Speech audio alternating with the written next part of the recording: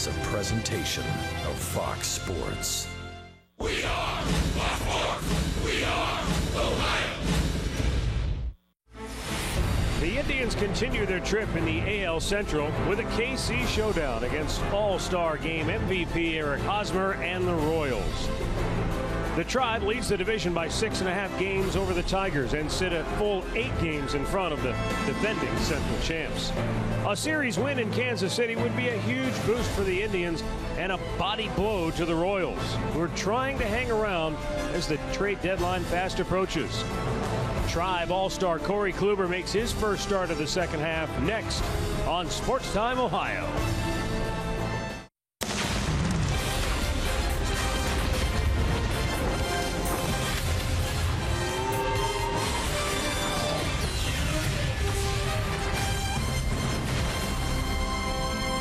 Kansas City, Missouri. The road trip rolls on, and an excessive heat warning in effect for most of the afternoon here in the KC area. It will be sweltering as game time approaches tonight here at Kauffman Stadium.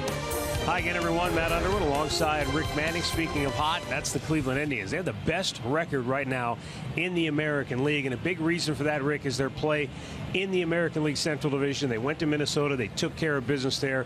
In fact, in taking 2 out of 3 from Minnesota, we learned this morning that the Twins fired General Manager Terry Ryan. Yeah, they relieved him of his duties. You're absolutely right. And, you know, that was the first series they won against Minnesota. But when you look at the Indians, look at the divisional play, they are 28-12. The only other team in the division has played that well is Kansas City, 22-13.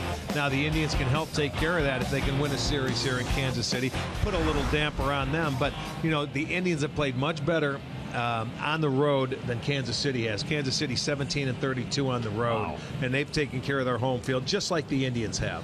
Having said that, how important or how much importance do you think Ned Yost is placing on winning this series for his ball club? I think there's a lot of importance right there, because what happens if the Indians can take 2 out of 3 or even a sweep, then they have to start thinking about wild card. They don't think about the division as much as they can.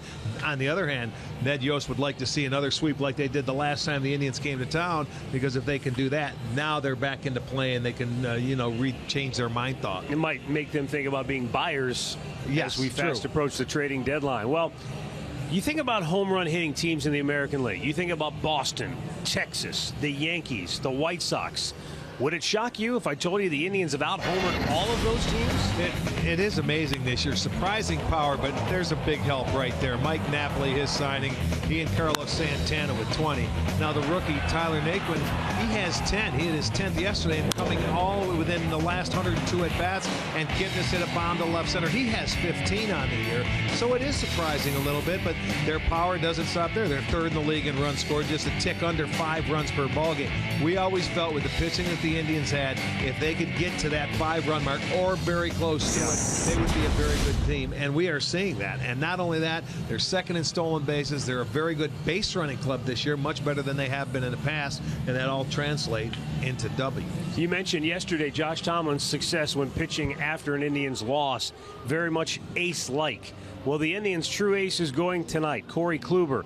How important is it for him to go out and set the tone in this series? He has an opportunity to do something, and he hasn't started it since the All-Star break. He was the winner in the All-Star game, but he's your number one. You're coming into a very big series. It's his job to get you started off on the right foot. No reason why he can't go out and try and shut down this Kansas City offense. He's going to be matched up against Edison Volquez, and the Indians have had success against him in their career. He has 1 win against him this year, so it is up to Corey Kluber to go out and set the tempo for this series. You want to see just a good game, keep your team in it, and hope they score early for him. Big night here in Kansas City as the series gets underway. When we come back, we'll have the latest on Yan Gomes' injury to that shoulder, and Andre Knott will go one-on-one with Mike Napoli.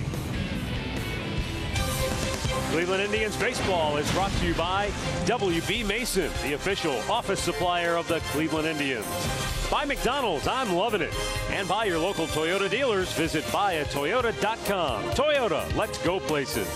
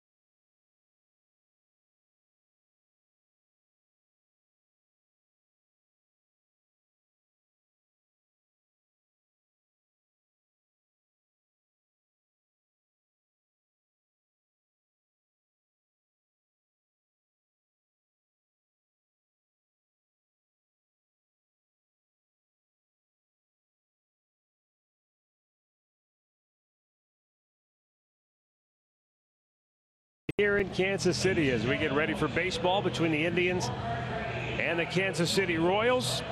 And the news of the day, let's start with the injury that occurred yesterday to Yan Gomes in Minnesota. Came on this play. He got tripped up as he went to the bag on the tag. Tweaked his knee initially. That's what he grabbed for, and then realized something's wrong with my shoulder. Turns out it was a separated shoulder dislocation. And he said after the game, he goes, man, he said, we're going to get an MRI because something's sticking out in there. It doesn't look good. Unfortunately, the news for Gomes didn't get much better. He'll be sidelined 6 to 8 weeks as we take a look at our injury report brought to you by the attorneys at Elk & Elk. So, Rick, you're talking about roughly 2 months. Yeah, it's sad. You know, right now, when you look at it, we're almost, mid-August right here. And so you don't know how long he's going to be out. So they're going to have to see if they can weather the storm. Perez got called up today, and we'll see what happens. Time now for our Hear Right sounds of the game. Here's Andre Knott with Mike Napoli. As you guys go through this season, how tough is it to go through something like you saw with Yan yesterday go down after everything you guys have tried to been doing to pull him to go through this? Yeah, it's tough, man. What he's been through the whole year so far, and then to have that happen, it's not. I mean, it's just not something that you can't really explain. The feeling that everyone had. I mean, we knew he was struggling, but everyone in this clubhouse had his back. Loved the guy. He's such a great teammate, good person on and off the field. So to see something like that happen, definitely hurts. Everyone in this clubhouse. Nice to have a guy like Berto and Jimenez. You're a former catcher. You know the importance of that position. Nice to have those guys, even though you lose Yan right now. Yeah, I mean, it's unfortunate, but we're lucky. We have those two guys that can still go behind the plate and be able to produce. So, yeah, I mean, it's so important to have the middle of your field. During the stretch that can get the job done. So we got two capable catchers that can go out there and control this great pitching staff and come up with big hits. How much do you look at the standings and knowing you're coming back? Last time you guys were here, obviously, you lost 3 in a row. It's tough games. How much do you look at the standings and look at where they're at and where your guys are at right now, or is that something you don't look at all? I mean, from day one, I'm a scoreboard watcher from day one. I mean, how can you not? If someone's saying that they don't look at it, then I don't think they're telling the truth. Because how can you not look at it? You're facing guys all the time and teams. You want them to lose. So coming in, I always look at the standings every day. I'll go and check, see if we went up a half game or down a half game. But yeah, it's just it's a big series. Every game is big, but coming into this place where we struggled a little bit last time, I think it's huge for us to come out and try to get this first one. After losing that game Saturday night, after the rain delay, how big did you think it was to come out and get a run early in the game like you did yesterday with the home run? Your 20th of the season.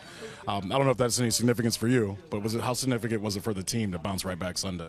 Yeah, I mean, obviously we want to always score early, but after losing that game, to come out and score early, get JT on the mound, working his magic, especially after a loss, it was huge for us. It was definitely something we need to do is win that series, coming into this series. So to be able to get up early, it was nice. Well, you look through the lineup. You look at Kip. He's close to getting to a career high in home runs. You look at a couple other guys with their home run totals. You look at Santana. Is there anything you guys have done differently, you feel, when it comes to the long ball, or just is there a mindset that's just coming with you guys? No, not really. I mean, for me, I try to hit a homer every time. But no, I mean, I think they're maturing as players and knowing that they can, do that kind of stuff. But they're having good years, and it's something that we're going to need to continue to do to be successful. Have to love the frankness and the honesty of Mike Napoli. Well, you're right. I mean, you should know where you're at. You're playing in your division. These guys work so hard to turn it around and play within their division, and they deserve it, man. So you better keep your eye on what's going on around you, so you can you know what you have to do. And they will weather this storm, I think, with Yan Gomes. They'll find a way to band together and make the most out of it. We'll be back with tonight's first pitch between the first place Cleveland Indians and the hard-charging Kansas City Royals next.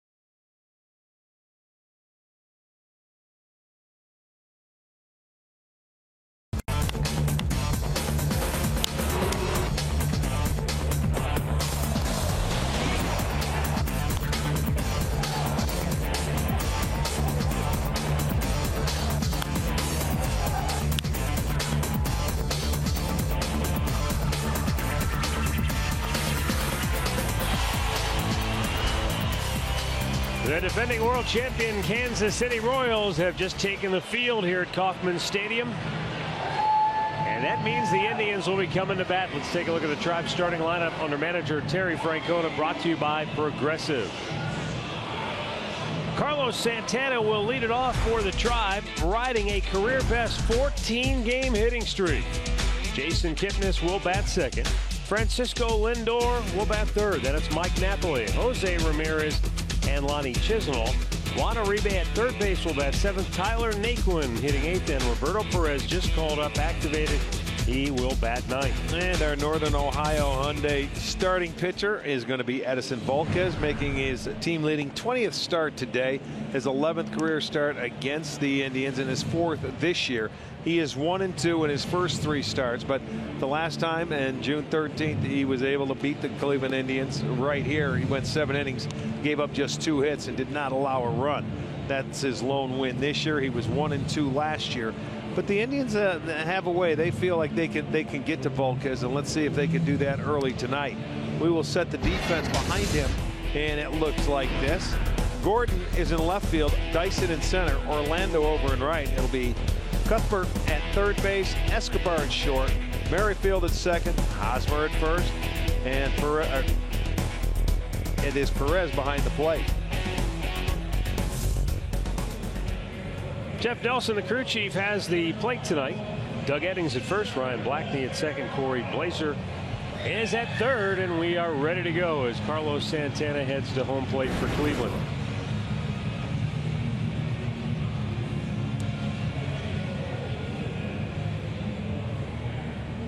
Edinson Volquez, the Kansas City starter. He's had mixed results. At times he's been very good, but at times he's been closer to just average at .485 ERA. Yeah, usually when he gets his wins, he holds the opposition to a very low batting average with runners in scoring position compared to his 8 losses. Fastball in there for a strike.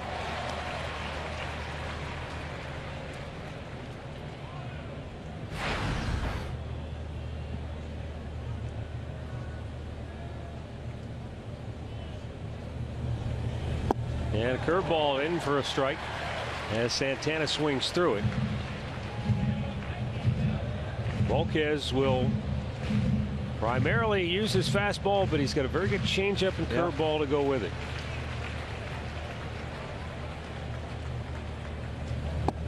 And he locked him up with a heater. Santana is erased on 3 quick pitches.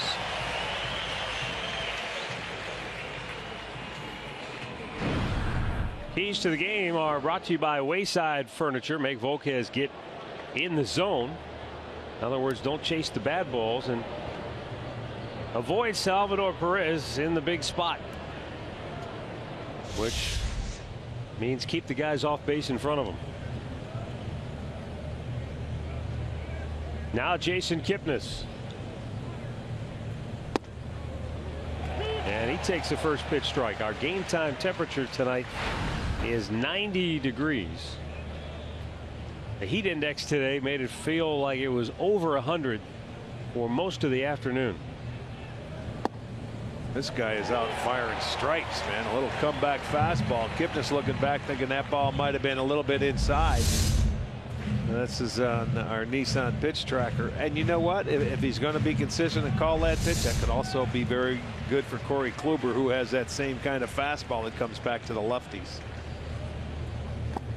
Yeah, he got him to chase the breaking ball in the dirt. Back-to-back Ks for Volquez. Well, that time he started him inside, but he was going to go with the slider. And you think that ball is going to come back over the plate. So 2 really good sequences to start this game out by Edinson Volquez. 6 pitches, 6 strikes, and 2 strikeouts. Francisco Lindor batting third.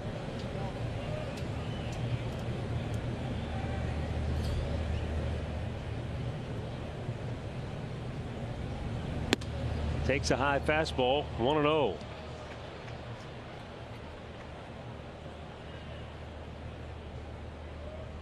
He has really swung the bat well against the Royals this year.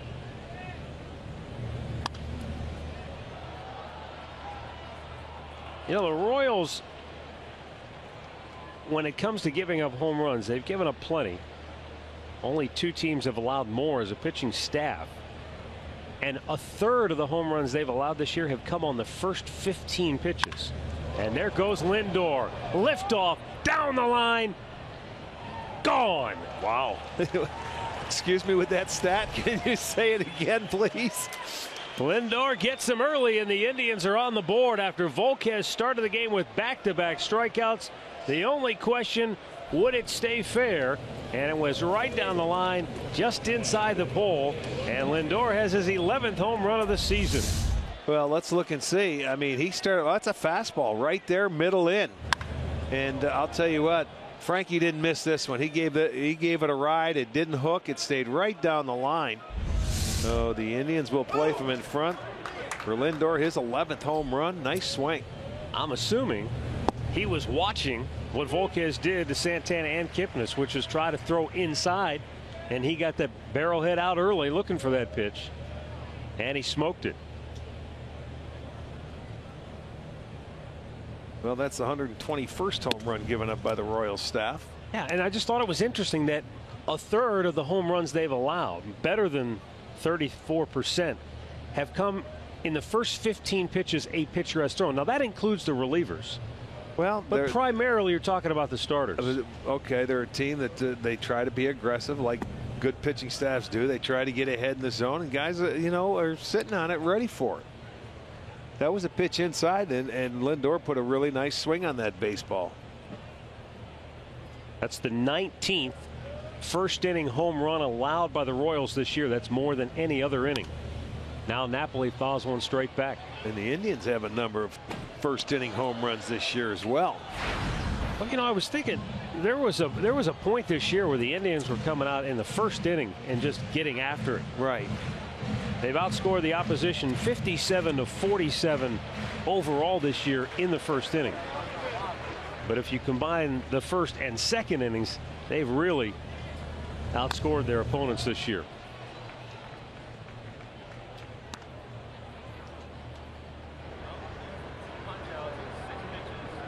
Well, and you mentioned Lindor swings it well against the Royals.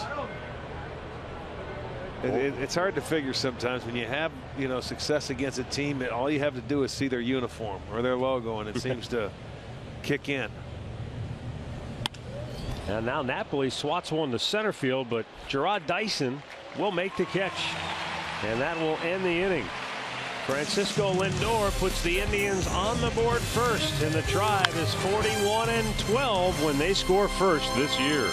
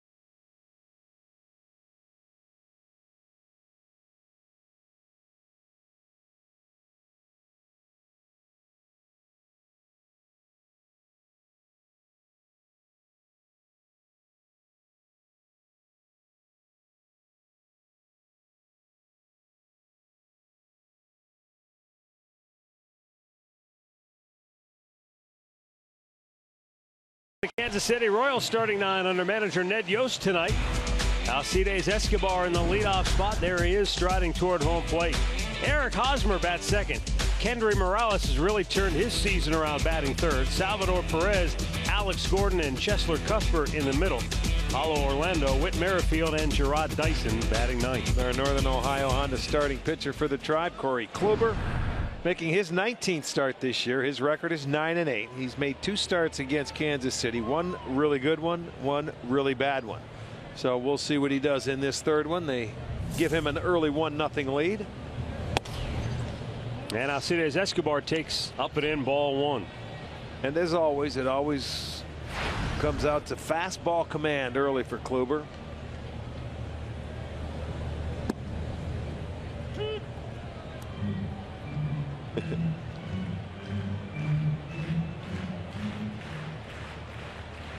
Rick, do you think there's anything to the sort of struggles that Kluber has had against Kansas City in particular in this ballpark, or is that just more coincidence than anything else? I think more coincidence. I think if you go back and you think about his very first start came in this ballpark, he had a big 5 or 6 run first inning. In his last start here, he gave up 8 runs. That was his worst start of the year. 9 hits, 8 runs. But then again, he had almost a no-hitter going in here. That's right. A couple years ago. Ryan Rayburn spike throw. He got a no decision. Should have had a win. He was 4-0 against him one year. No, I think he's had maybe 2 bad starts against him in this ballpark that skew the numbers a little bit for him. When he's on his game, you can't hit him. And like I said, it's that fastball command. His breaking stuff is going to be there. You're catching the Royals at the right time. Moustakas is not playing. Gordon is just back in. He's not swinging so well. Kane's out of the lineup. So, I mean, you can't complain. You just got to go in there and be aggressive and go right at him. Just be careful against the 2 big boys that can really hurt you. It's a nice ballpark to pitch in. It's big, but I will say this, the ball is carrying so much better this year than it has in the past. Boy, I looked at some numbers earlier, and it was really swung on and missed. Kluber got him to expand the strike zone, and Escobar goes down swinging, 1 away. Get ahead and go with that bread and butter slider. Starts out as a strike, ends up as a ball, and you get the swing and miss. And that's out number 1 for Corey on the strikeout. You looking at the same numbers I was? Absolutely. That was shocking to me that going into the All-Star break this year, there were more than 600 home runs. I should say there were 607 more home runs hit this year than a year ago going into the All-Star break. That's how does that translate? That's eye-opening. Figure it out. I know it's been a little warmer. They had a warm winter and everything like that. Who knows? And you can get people that say, oh, they're going to line the balls tighter. And I wish someone would have an explanation for it. Especially because we're playing in a appeal. He went around. Yes, he did. It's 1-1. We're playing in what I think is widely considered the pitcher's era right now. Yes, we are. Power arms, great bullpens.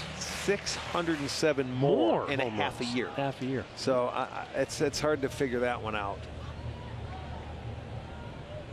The 1-1. I would offer you this as part explanation. And I think the Indians are an example of this. I think more players right now, and it might have something to do with the bullpens, more players are looking for pitches to hit for home runs. Getting more aggressive in the count. I will. You know what? That might.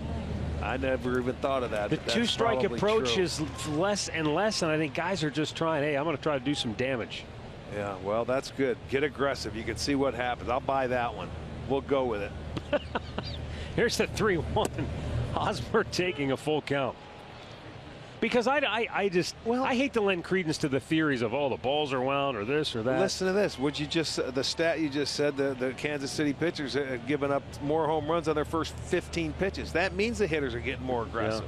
Yeah. And we know how many first pitch home runs have we had. There's a line smash to center, and Naquin runs it down. 2 away. Let's set the Indians defense, brought to you by Jeep. It'll be Ramirez in left field. Naquin on that catch is in center. Chisenhall over and right. Uribe at third. Lindor at short. Kipnis is at second. Napoli at first. And Perez back behind the plate. Just getting called up in his first game. And Kendry Morales coming to the plate. The last time we saw Morales Arch, he was sliding the wrong direction, but yeah, I don't know what it was. Something got him going. He's been on base safely 26 of his last 27 starts. He's turned it around. He sure has. He's an excellent low ball hitter, loves it down and in, and he's the difference. He was the man that was in the number 4 hole form all last year. Drove in a boatload of runs. When the Indians were in the midst of rattling off a franchise best 14 straight wins, Morales won the American League Player of the Week award going into the 4th of July. Homered in 3 straight games during that week. Well, he's too good of a hitter not to. Now, I don't know if you have nagging injuries or maybe something in his legs or his bottom half or his foundation might have been hurting him.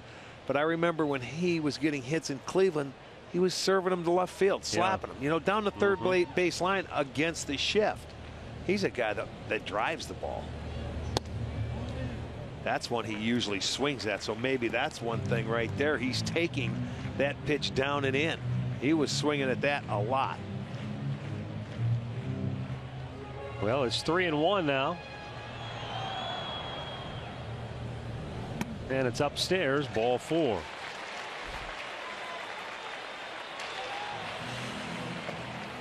And that'll bring up Salvador Perez.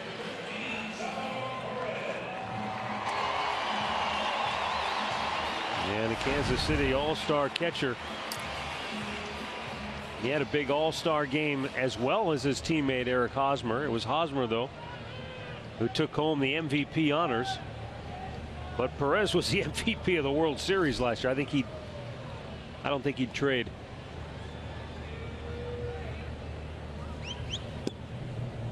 Takes a strike over the outside edge. Perez had a 6-game hitting streak, but it was snapped with an 0 for 4 yesterday.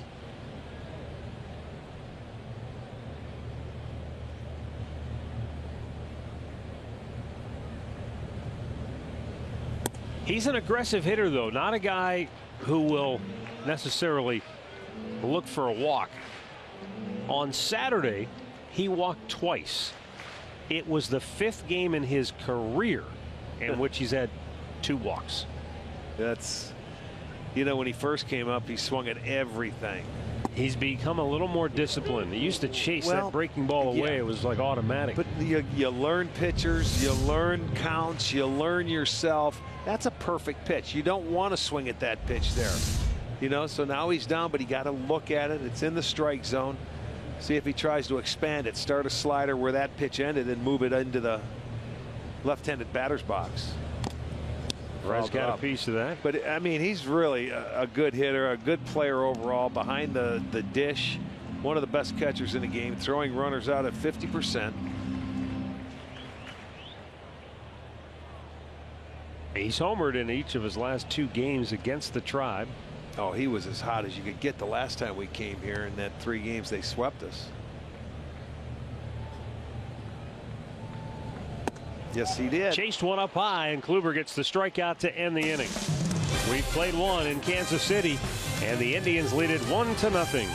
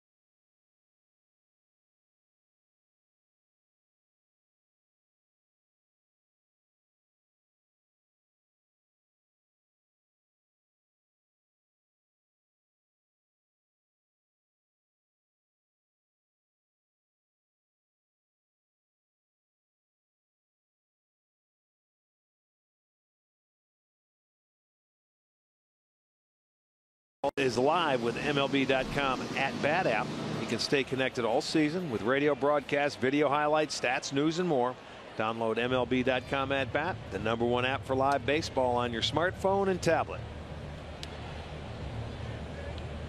Jose Ramirez leads off inning number 2 for the Tribe and takes the first pitch strike.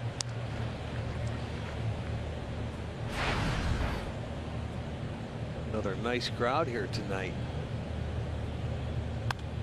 Fouled out of play. Yeah, I wasn't sure. I thought maybe we'd see fewer people this being on a weeknight. Yeah, no siree, man. They're right up to the top. Now they waited a long time. Not as long as Cleveland fans, but they waited a long time for at least this ball club to be back in contention.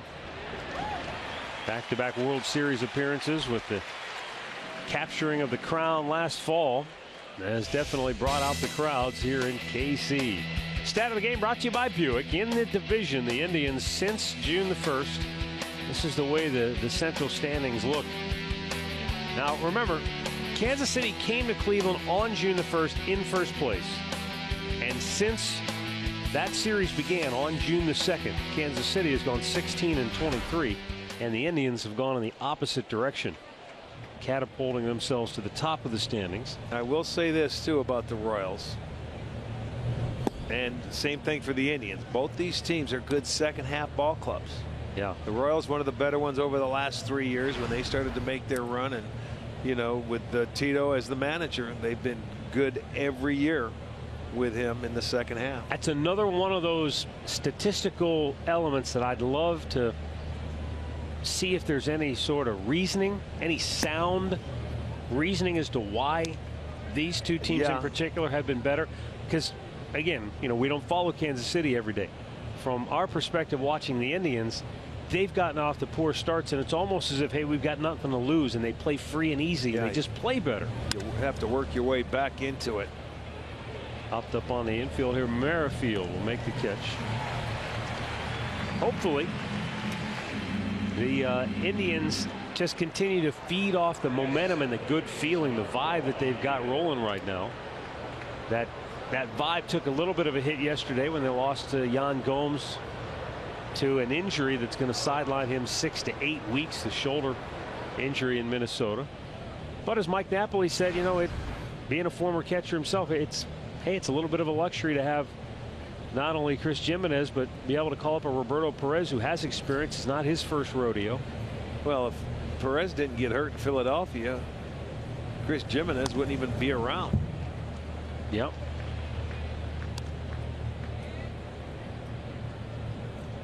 Juan Uribe with 2 down to the bases empty.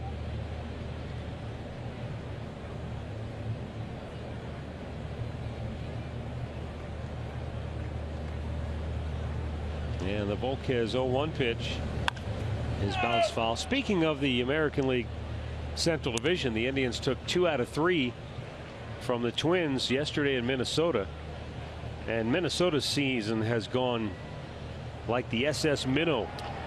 Yes. And today they fired their longtime general manager Terry Ryan, which was a real surprise because it's one of those guys. He's been around so long. He's meant so much to that organization. Well, do you think they felt they had to do something now and for the future? Hey, we got to at least let these players know here. We got to turn it around. There's got to be something new. Because it's sort of a small market team. And when you look at the money they have on the DL, that doesn't look good there either. Volquez cruises through the second. The Indians go 1-2-3. They lead it 1-0.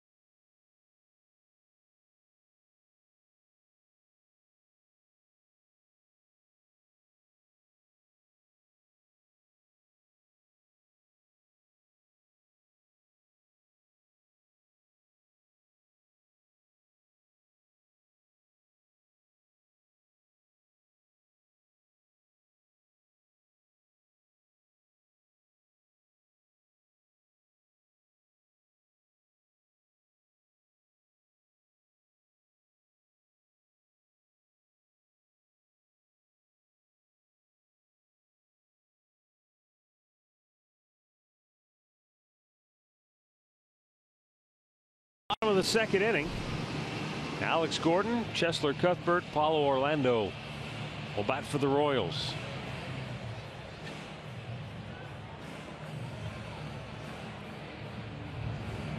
Gordon is batting just .207.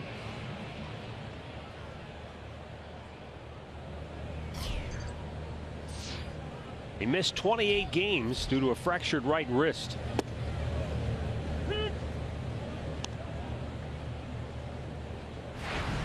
And it's one more example. We were talking about it, I think, yesterday or the day before in Minnesota.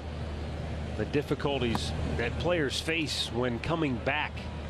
We were talking about Abraham Almonte missing the first 80 games of the season and then trying to jump right back in.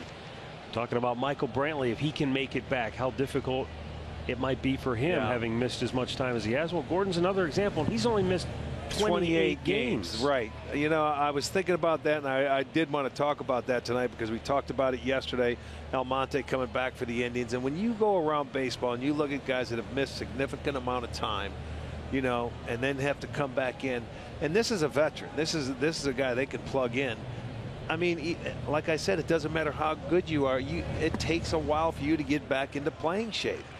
These guys are so far ahead of you when you come back, and then you put more stress on yourself trying to play a little bit more. And this guy's been in the everyday lineup for a number of years.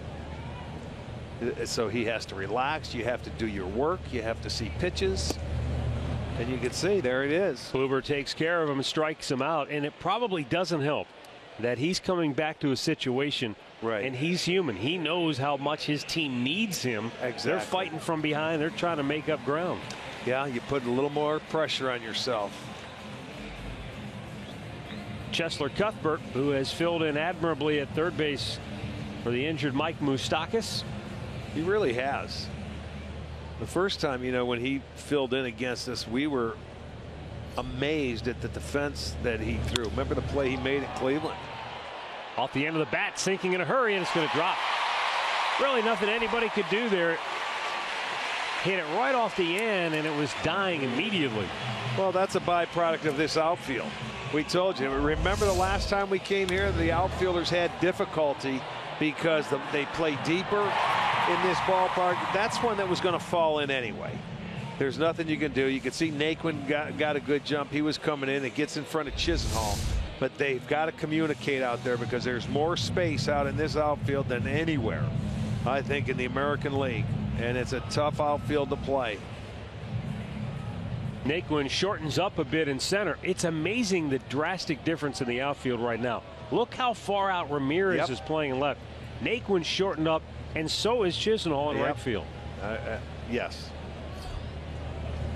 I was watching the alignment yesterday when we were in Minnesota, and the ball was carrying because the wind was pretty, you know, generous yesterday as far as the ball carrying out, and he was still playing shallow out there, which I don't mind.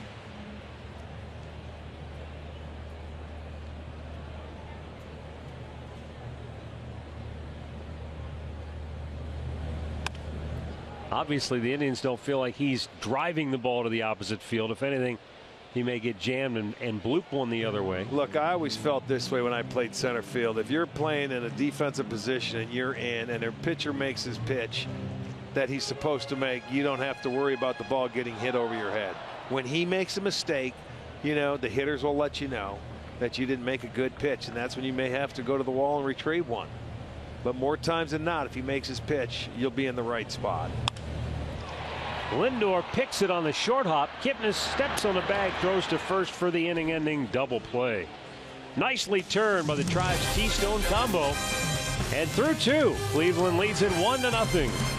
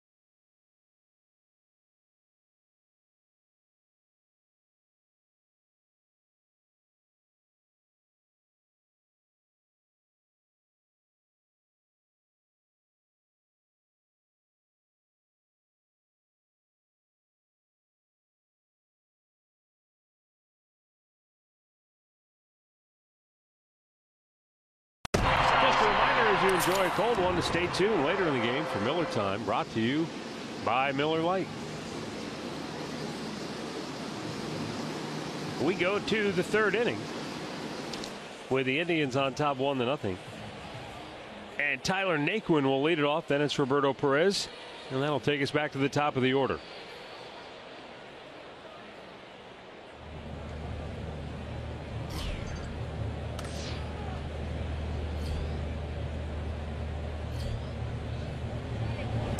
Naquin looks at a ball inside. Well, from June 1st, Naquin's been outstanding. His return, getting called back up from the minors, 33 for 106. That's a .311 average, but also 10 home runs and 106 at-bats. Yeah, all 10 of his homers this year have come in his last 33 games. You know, and you can see he's had a nice season so far against Kansas City. 3 of his 7 hits have left the yard. And he golfs this one into right field for a base hit. And the Indians leadoff man aboard to start inning number 3. Really nice swing down in his wheelhouse. Tyler likes the ball down, as most left-handers do. Look at him just pick that up and hits a vicious line drive. I'm really amazed, and we talk about it, and other people we see, when you see a ball down, how the ball jumps off his bat. I mean, he's got quick wrists and very strong. And he seems to get the barrel to it when he goes down. He sure does. I mean, you get up next to him, he's not all that big, but I'll tell you, he generates tremendous bat speed down in the zone. Well, here's Roberto Perez.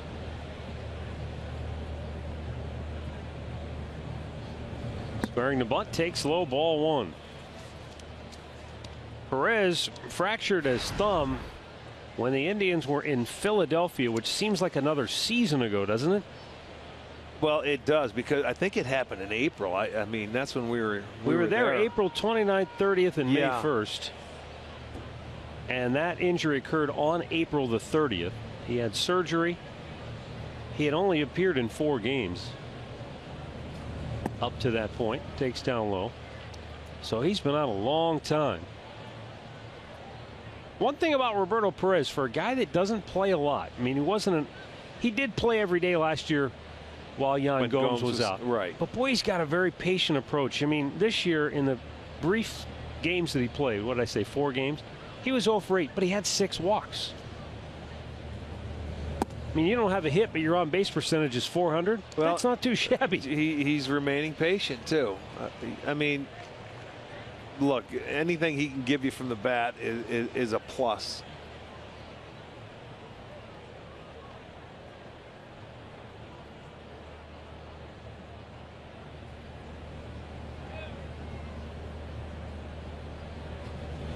Boy, that's got to be frustrating for the 4 Royals. Straight pitches. To watch Volquez walk the number 9 hitter on 4 pitches when he was trying to maybe bunt. He was on that first pitch. So, okay. How about that? He walks again. Kia in the driver's seat. Carlos Santana's career high 14-game hitting streak. And here at Kauffman Stadium, 13 home runs with 46 RBIs.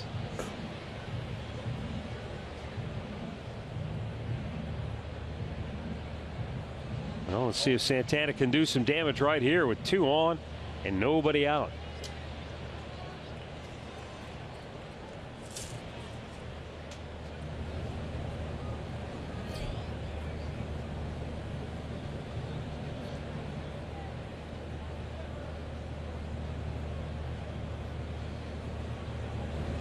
And he takes a fastball for a strike. Santana's seen 4 pitches, all strikes.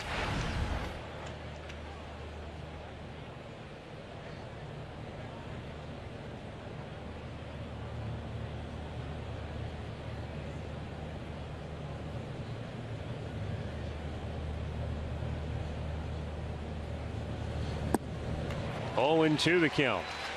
Tell you what, so far, same sequence in both at bats. There comes a breaking ball down and in. Swings over the top of. And now Volquez has a chance to go for the punch out here. He locked him up with a fastball in his first at bat. He could go change up away.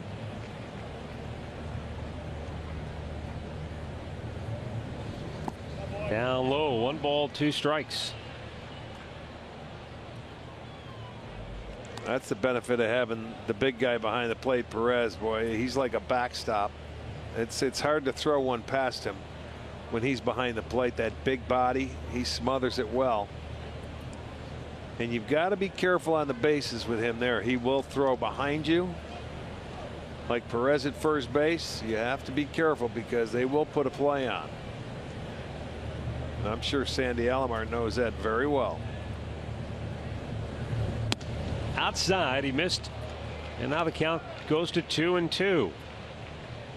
Now you might think going from 1-2 to 2-2 greatly improves your chances as a hitter.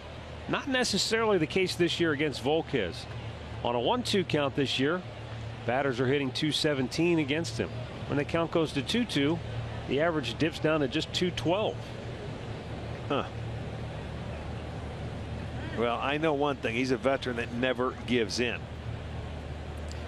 He's not afraid to go to 3-2, and he's not afraid to, get you to swing at his pitch on 3-2.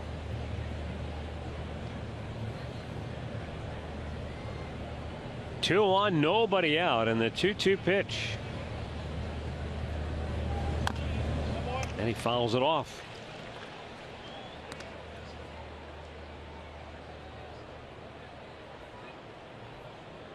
This is kind of interesting, Arch. I mean,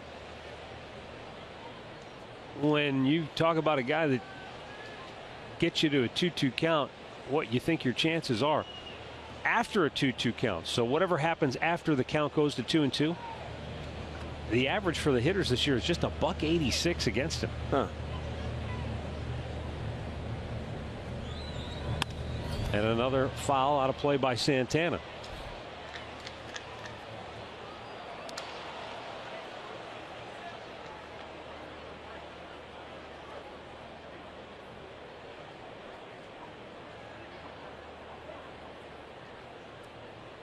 Now the Indians got a 2-out solo home run from Francisco Lindor in the first. That's been the game's only run.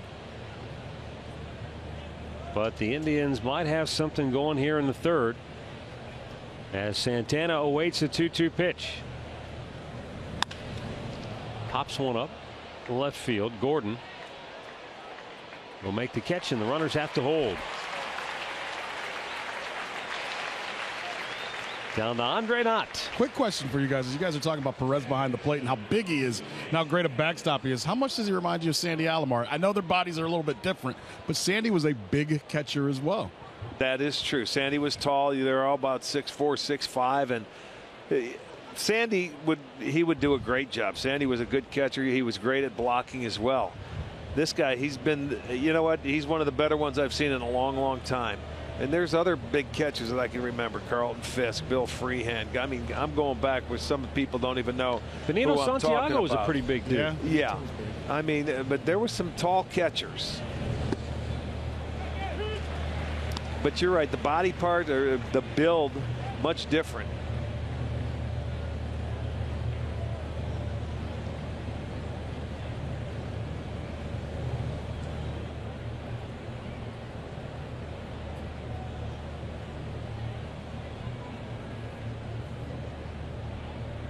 Well, the 0-1 missed outside.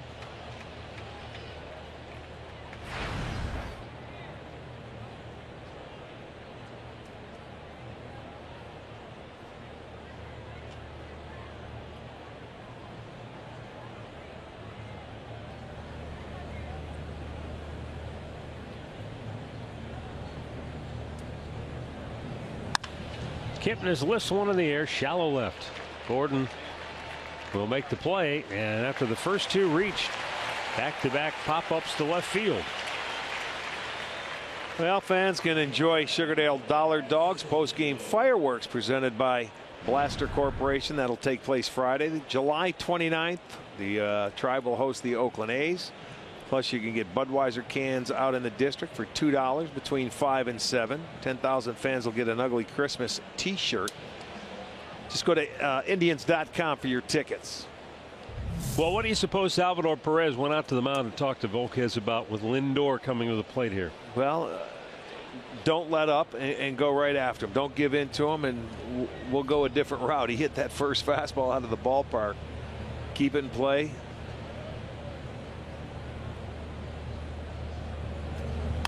Yep, breaking ball. You watch that fastball inside that he turned on. It was just reaction, and it was a nice, quick swing. So, and I think, I'm not sure what the count was there. Did he have a strike on him? But I think he tried to sneak one by him inside. He wasn't going to let him because he saw what he did to the first two hitters, being aggressive. So there was a slider away. It was the first or second pitch, because I think he'd only thrown 7 pitches to that point, and he struck out the first two hitters. Then he had one. It was a 1-1 count. And he made easy work out of it after he got the first two guys on. So Volquez works out of trouble. It remains Cleveland 1, Kansas City 0.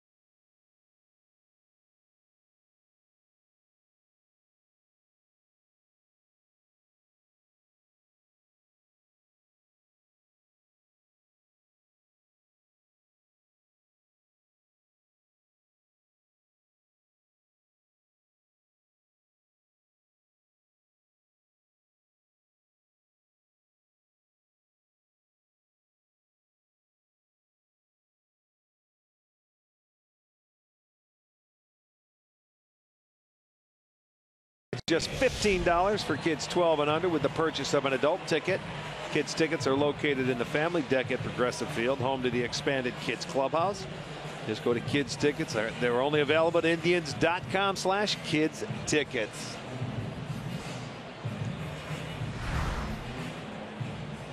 Bottom of the third here in Kansas City, and Whit Merrifield will lead off for the Royals. Another guy that's done a really nice job for Kansas City. Takes a look at the ball down low. Yeah, he was up in that leadoff spot the last time we came here and on a nice roll because he had only been called up for a couple of weeks. You see now he's down to hitting 8th, but he's still hitting .284. But I mean, he did such a nice job. They finally said, we're done with Omar Infante and just let him go.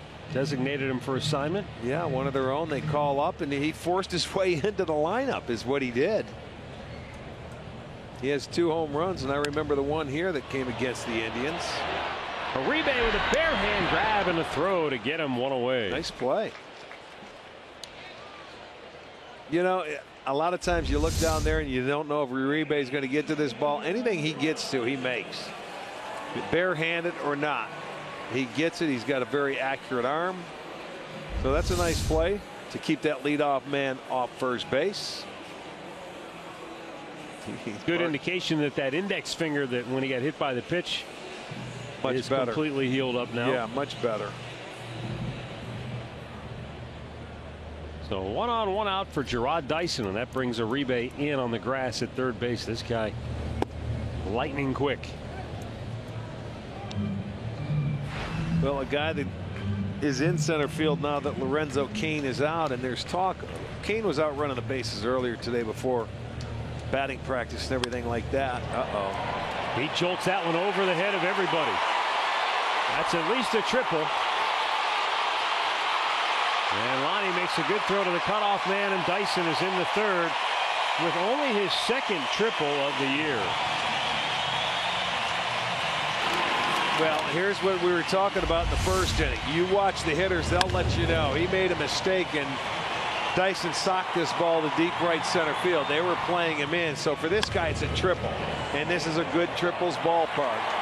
So he's off and running. So that's a big play for Kansas City. A one-out triple now gives them an opportunity, with Escobar coming to the plate, to tie the game. And really, the way he hit that ball and where he hit it, it wouldn't have mattered if they were playing deep. Yeah, that's true. So Alcides Escobar, the batter. The Indians will concede that run on a ground ball up the middle. The corner infielders will try to hold Dyson at third. And Corey Kluber goes right at Escobar for strike one.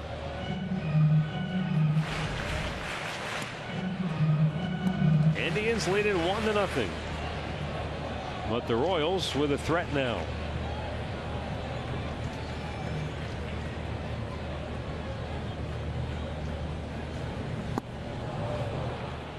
And Escobar maybe a bit overly aggressive, and Kluber taking advantage of that.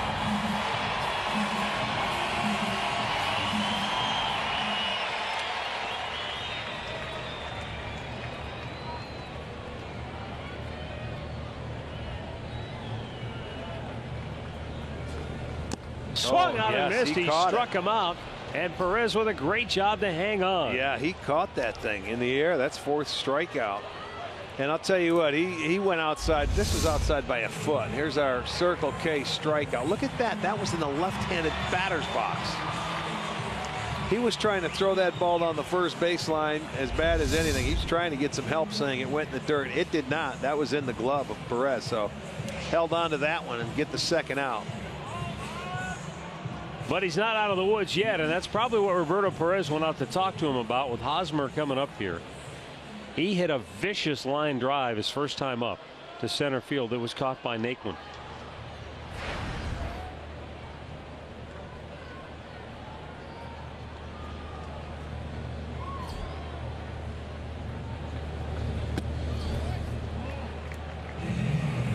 Again, when you look at the Indians' outfield alignment, Jose Ramirez playing the off field, but playing very deep. Yeah, no kidding. And I know Hosmer, he can drive the ball. He hits it. He's got good power to all parts of the ballpark. Yeah, but this is the guy you're going to be careful with here.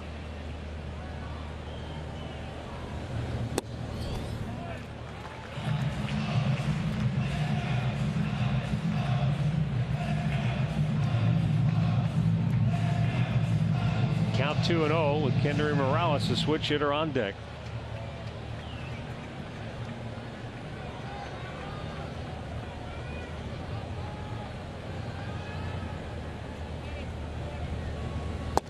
Nice pitch. Hosmer on the year, a .265 hitter with a homer and 5 ribbies against the Indians. There's that comeback fastball right there on a 2-0 count.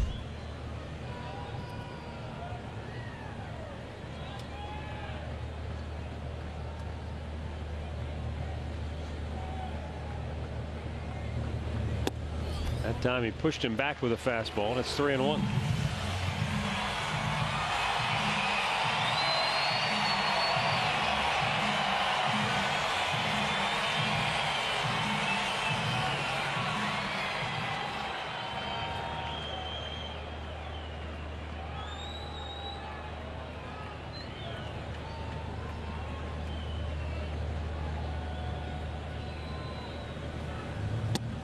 Ball 4, he walked it. There you go. That's the pitching report right there. Don't let him go in and beat you. Go down to Andre. For Corey Kluber, this is the first time since May 23rd of last year that his catcher is not Yan Gomes. That was 40 straight starts that he went without him. Now, Roberto Perez knew that stat. He says the first thing he did when he came in the clubhouse today is he went up to Kluber and they talked pitching and how he's pitched. Now, for Perez, he goes, I've watched every game. He goes, I've paid attention from Arizona. I've done everything I can. But without having a conversation about what's working for a pitcher, I don't know what works for them when it works. So he said he tried to talk to him as much as he could today to get in that right place with Corey Kluber. Yeah, and then it's all a matter of adjustments when the game starts, because you see what's working and, you know, what feel he has for what pitches, what hitters are up. He's going to be fine. And you know what? The ultimate decision comes with the man throwing the baseball anyway.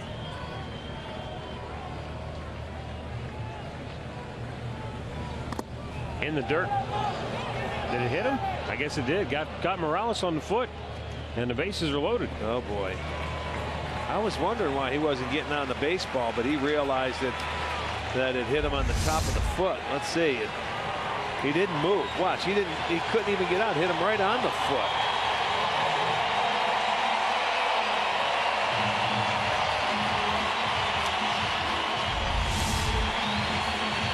Must have skipped right off the top of the shoe, and now you've got to deal with big Salvador Perez in a bases loaded 2-out situation, and that brings this sellout crowd up to its feet.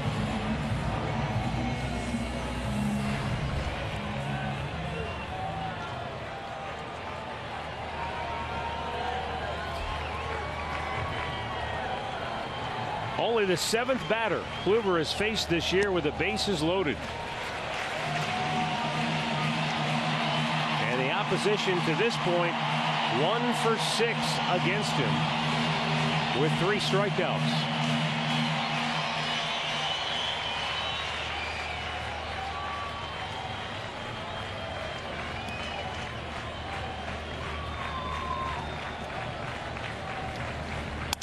Broke his bat. Stay fair. And it's foul. 1-1.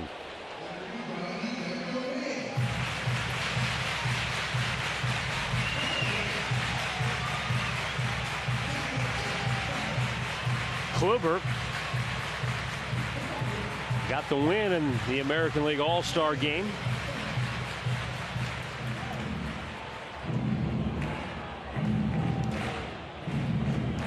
And now facing the American League's All-Star catcher, Salvador Perez. Yeah, he was catching Kluber in the All-Star game. You would think that would give him a little better idea of what his stuff does.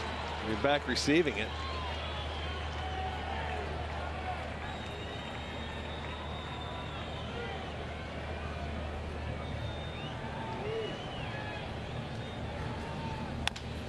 Slow chopper. Going to be a tough play. Uribe barehand grab. Oh, got him. Oh, Juan Uribe with his second barehand grab and throw of the inning. And the Royals leave them loaded. After 3, it's still Cleveland 1, Kansas City 0.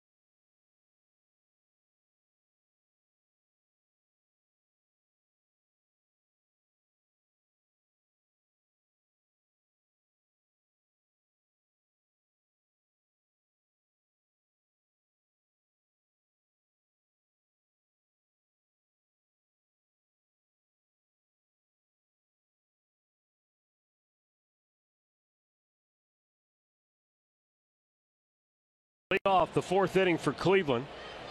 The Indians leading it 1-0 on a solo homer by Francisco Lindor in the first. Napoli flied out to center. His only time up.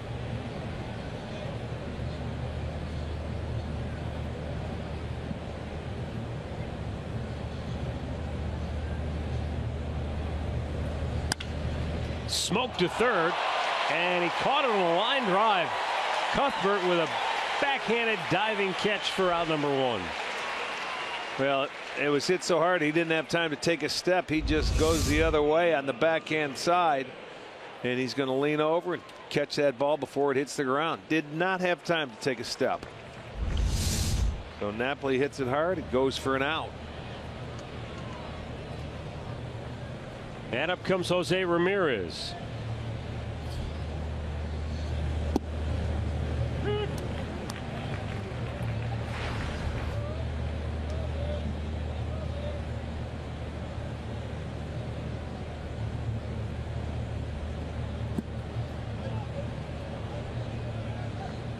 Couple of curveballs to start. One hit, one missed. Yeah, one to get over for a strike, one to hope to get the hitter to swing at and chase it.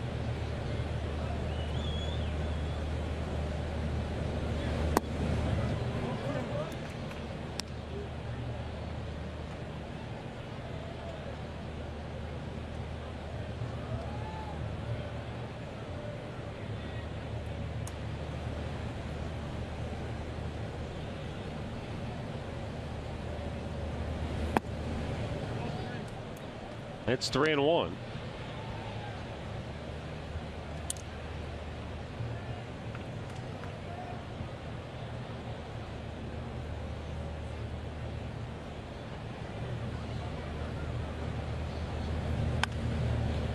Interesting when you look at Volquez and how he starts a game and as he settles in. Well, when he gets to this point in the game, when he gets over that 50 pitch mark, the batting average for the opposition really starts to jump. Almost 300. And then you get over 60 pitches, and the batting average is still right there, right around the 300 mark. So a one-out walk for Ramirez will bring up Lonnie Chisenhall. The AT&T high-speed replay. Let's look at how Kluber pitched Perez. Started him off slider away and ran that fastball in on his fist and gets him to shatter his bat and then stayed in there. I like it, and they're elevating the ball on Perez. And Uribe got the first out like that and got the third out of the inning like that. And now Lonnie Chisenhall with one on and one out popped up on the infield, his only time up.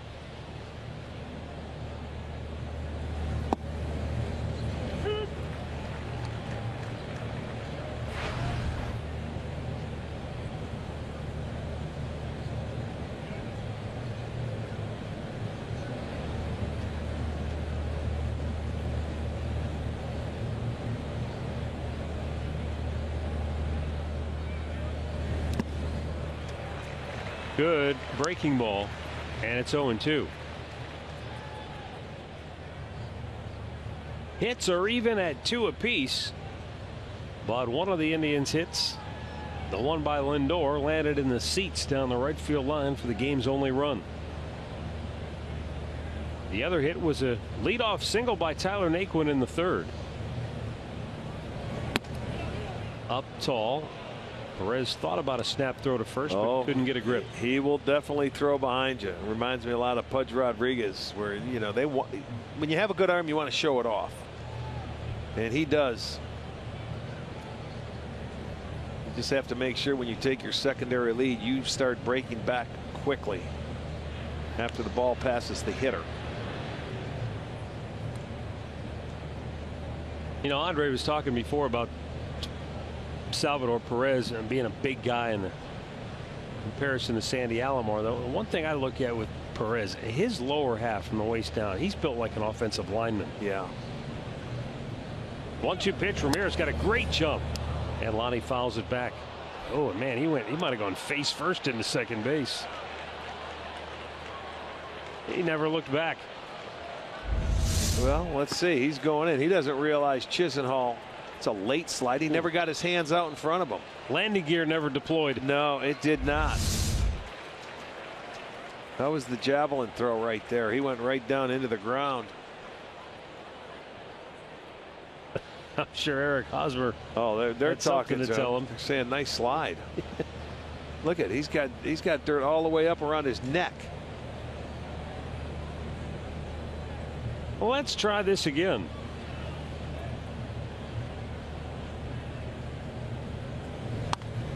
Lonnie lifts it high and fouled on the right side, out of play.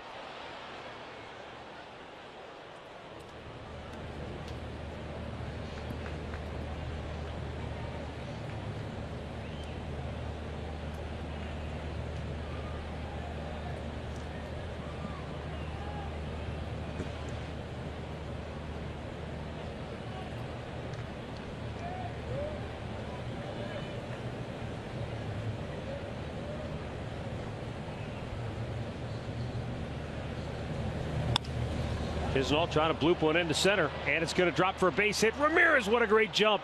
He'll go all the way to third. That's good base running right there. He read it beautifully. He knew it was going to drop. That's the space in the outfield. Chisenhall jammed on the pitch, but he got enough of it to fight it off. And that's just a nice read from being on the field by Ramirez. He had to make up for that slide at second. Watch him. He knows it's jammed. There he goes. Head down. I'm getting to third base. He realized that Dyson wasn't going to get there. Gordon didn't have a chance. So now runners at the corners and a chance to add. Now Perez wants to go out and talk to Volquez. They know how important all these runs are. You don't want to fall behind by too many. He's looking for a ground ball double play here. Be very surprised if he even sees a fastball in the area to hit.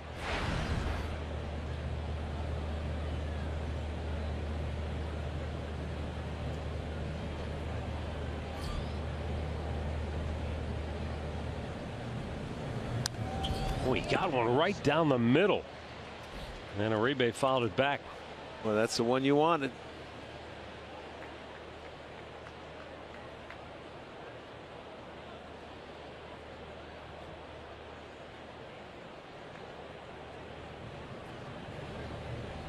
Ramirez at third. The infield, as Rick told you, double play depth.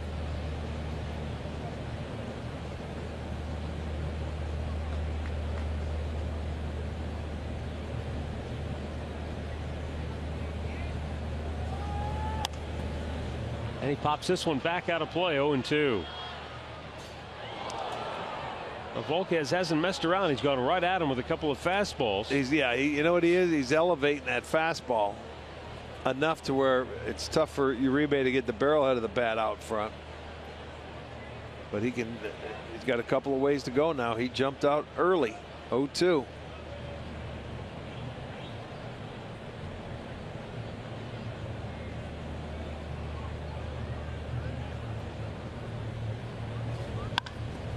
That's clobbered foul on the breaking ball, and he got away with one. Well, he left one up, and that's why he's out in front of it, because he fouled off the two first pitches that were fastballs up. He was getting ready for another one and caught the slider and just a little too far out in front. He probably wants to bounce that slider or get one down in the zone. High fastball.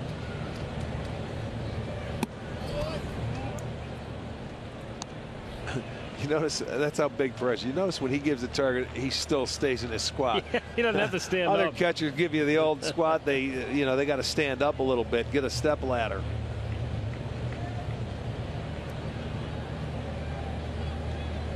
Now he wants to throw one down.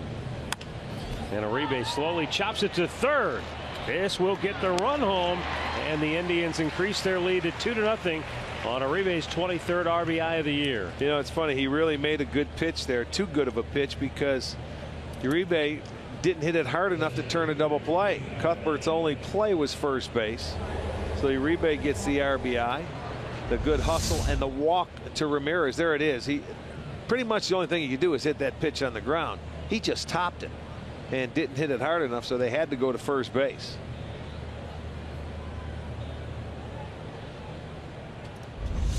So Chisenhall is in scoring position with 2 down for Tyler Naquin, who singled to right his first time up.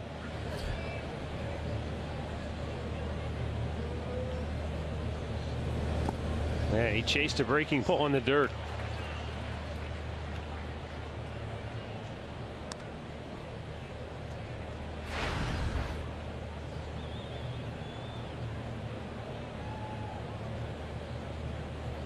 Naquin is now hit in 3 straight games.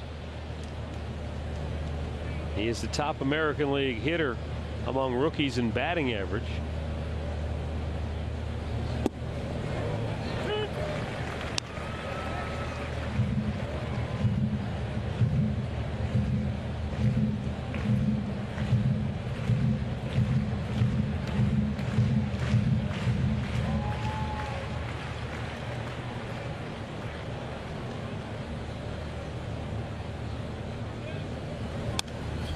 Foul right back.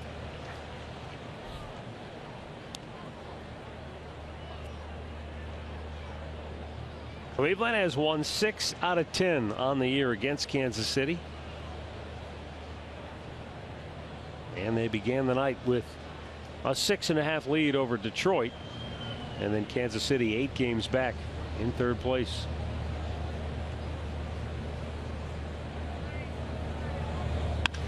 Naquin with a hard ground ball to second. Merrifield has it, and the inning is over.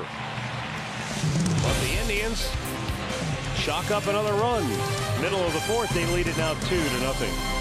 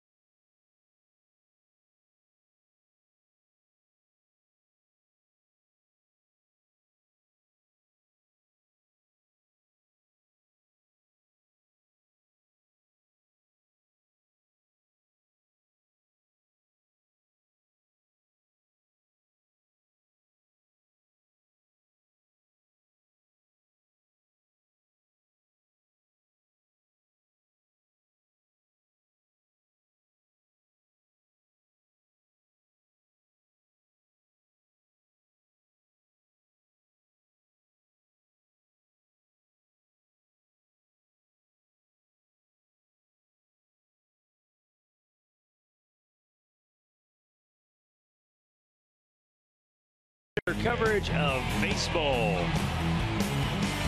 Michael Fulmer went 8 innings, gave up 2 earned runs. Got a no decision as the Tigers would win in a walk-off fashion. This guy's been pretty impressive for the Tigers. Got a 2.13 ERA on the year, and 9 wins, leads all rookies in the American League.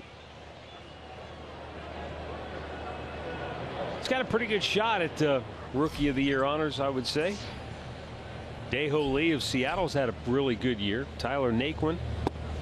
There are definitely some candidates. Nomar Mazara of Texas also having a very good rookie campaign.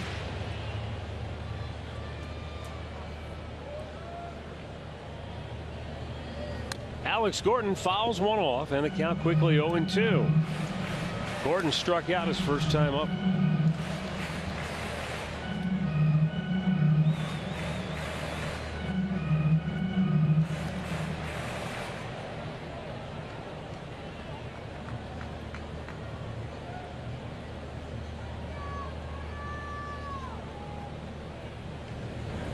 Swung on and missed. Gordon strikes out for the 2nd time tonight. 5th K for Kluber. And we've got 1 down here in the 4th. Our great clip of the game from yesterday in Minneapolis. Josh Tomlin with the big hook. That was a really good pitch for him. Yes, it certainly was. He said he didn't have as good command early, but he was able to settle in. Well, you know what? The offense. Anytime you get him a couple of runs early, he has a way to find it. But, you know, not having command for him, what's he have? Maybe he falls behind one hitter. He always throws strikes. But, I mean, maybe not exactly where he wants to. Made one fastball in and got hit out of the ballpark. Other than that, he was his typical self. I thought it was really interesting if you watched Andre Knott's interview before the ball game with Mike Napoli, and he mentioned he just kind of had a twinkle in his eye and a big smile when he said when JT's out there doing his thing. Yeah, you can tell that they love playing behind him. Yeah, they really do. Why wouldn't you? Anybody that's out there, you throw strikes, you let them put it in play. To right field, Lonnie's got to race back. It's way over his head. Cuthbert around second, on his way to third. The throw by Kipnis, and it is got him! He is out at third for the second out of the inning. 2 good throws, baby. 2 good throws. He got back there. It was hit over his head. They're looking to see if they were close. They're going to hold on and maybe take a replay. Let's take a look at it. He was playing shallow. So to me, that's another bad pitch by Kluber. But he gets it into Kipnis right there in his throwing lane. Boom, he got him. It's going to be really close. It looked like he tagged him at the hip. It's going to be close, but he is called out. So they want to check it. They want to review it. It is awfully close. So will they be able to see enough evidence to overturn it? But the relay was as good as you can get in a ballpark this size. A great throw by Chisenhall to Kipnis right in line. He turned and made a beautiful throw to third base, and Uribe made the tag. So it'll be interesting. Of course, all the umpires in the seats here, about the 35,000 of them, think he's safe. They showed it up on the scoreboard, but they'll have to get a few looks at it. It's going to be close. It's all going to depend on when does the tag actually become a tag. Right there? I don't know. I don't know when he actually tagged him.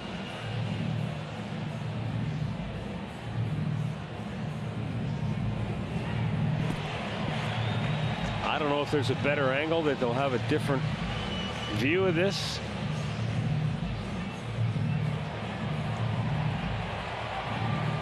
Well, I don't know. We'll have to wait and see. See, it's going to be tough to see no matter what angle that week. Yeah, you don't see where the tag was actually applied. And that's what makes this really hard to tell. Well, they're getting ready to make the call. Crew chief is the home plate umpire, Jeff Nelson, and the call stands. Great relay. It's a double. And then Chisenhall will get the assist along with Kipnis, and the call stands. So 2 down for Paulo Orlando.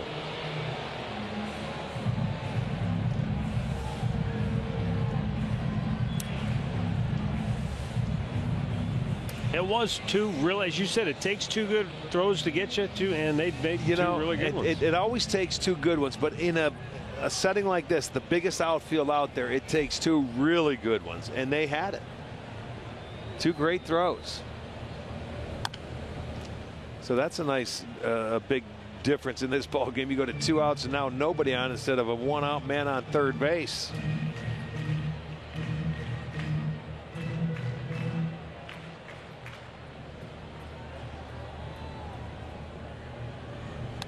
Fouled right back by Orlando.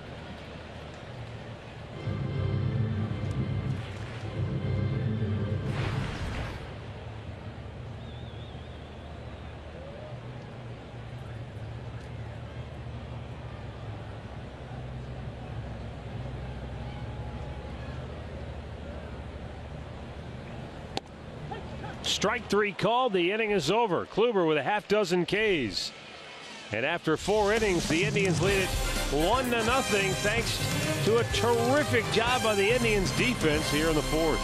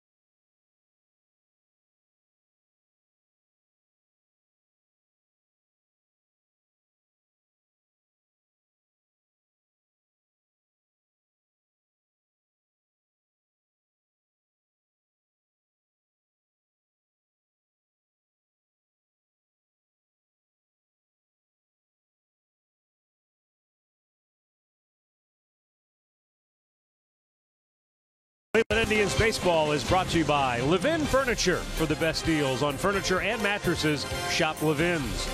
By your Northern Ohio Honda dealers. And by the Cleveland Clinic. Access anytime, anywhere.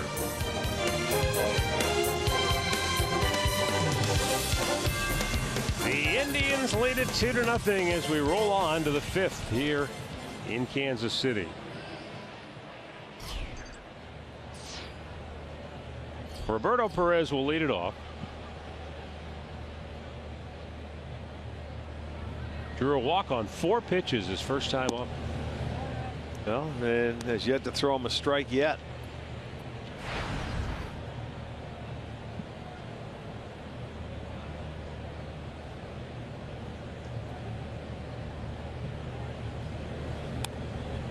Check. I don't think that was a strike. No, it wasn't. That would have been an excuse me.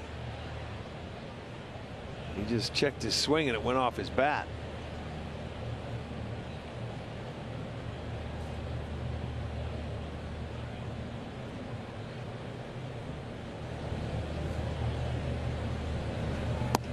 That's low.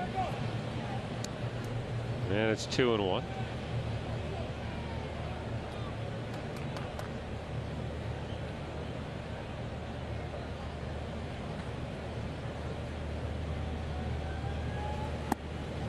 How about that? He has not thrown him a strike yet tonight. If it wouldn't have been for the check swing by Roberto Perez, he would have had a second 4-pitch walk.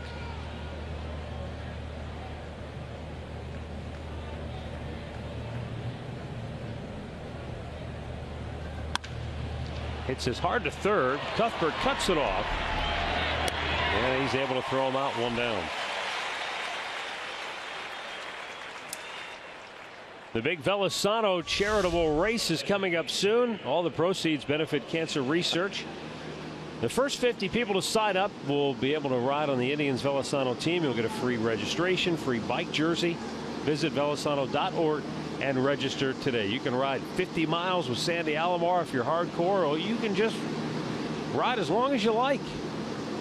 It's all for charity, and it's all for a great cause and a very good time.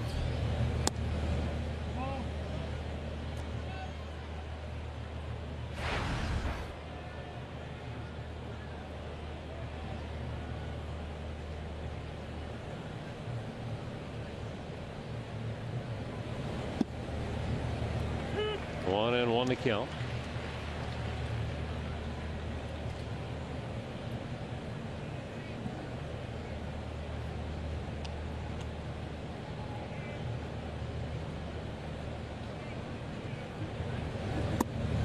You know, when Volquez has been on the mound this year, the Royals have not been very supportive of him. They have scored 2 or fewer runs in 7 of his last 9 starts. And his run support on the year is at 3.72, which is the 7th lowest among American League starters. 2 balls, 2 strikes. Last year, a different year. They scored him over 5 runs a game, and he was 13-9. It certainly makes a difference on the days you pitch, and that offense is friendly. Down and in. Full count.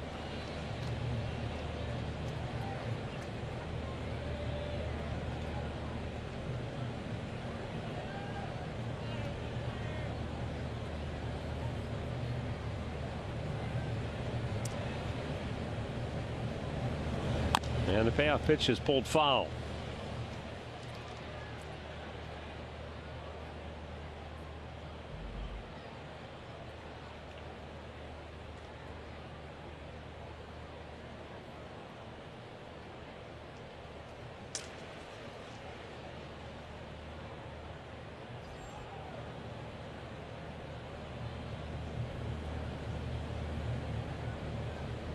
Now the payoff pitch.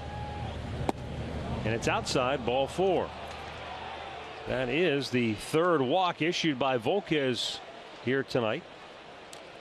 And a 1-out base runner for Jason Kipnis. Well, the Tribe back home on July 27th to host Bryce Harper and the National League East leading Washington Nationals. 10,000 fans will receive a Indians Tumbler Cup. That's courtesy of University Hospitals. Visit Indians.com for your tickets. 12:10 start in that ball game.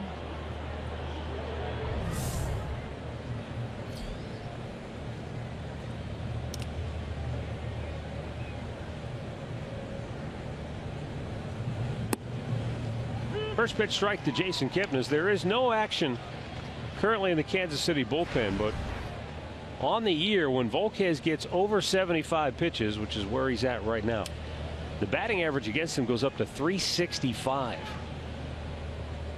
Wow. With 6 doubles. And Kipnis bounces one into a routine double play ball as the Royals get out of the inning. Taylor made, middle of the 5th, 2-0 Cleveland.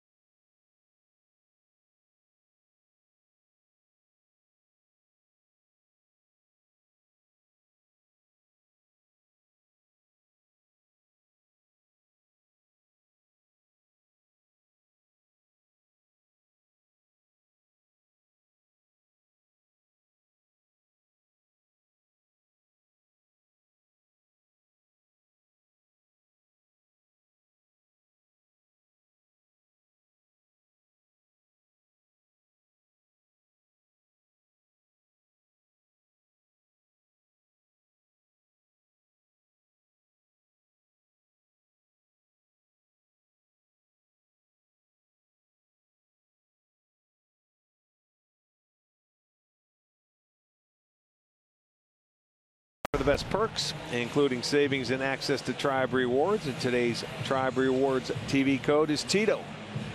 Visit Indians.com season tickets for complete details.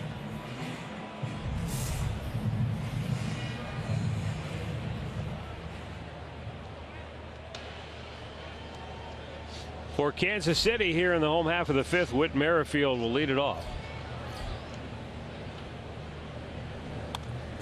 Fouled right back.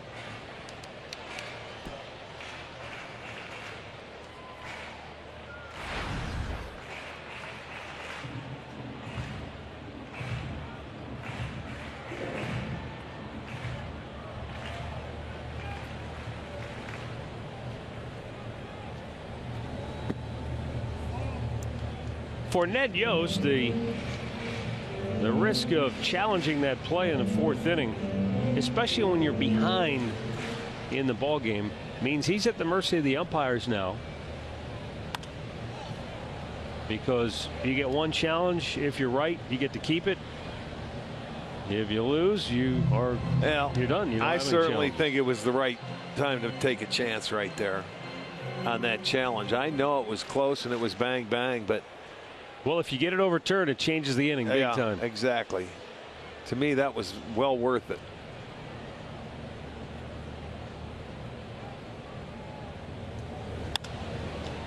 Out of play on the right side, though Corey Kluber did pitch out of the exact same scenario the inning before. It was a 1-out triple by Gerard Dyson, and the Royals failed to get him home. Right.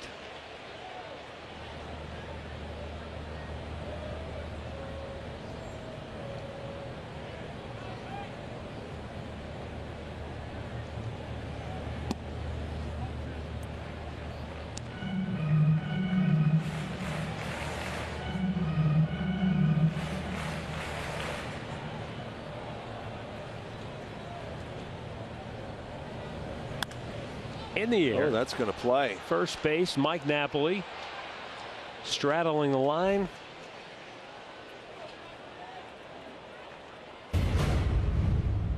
Well, Corey Kluber tonight, good slider. He has 6 strikeouts, and that's an elevated fastball. Nice pitch there.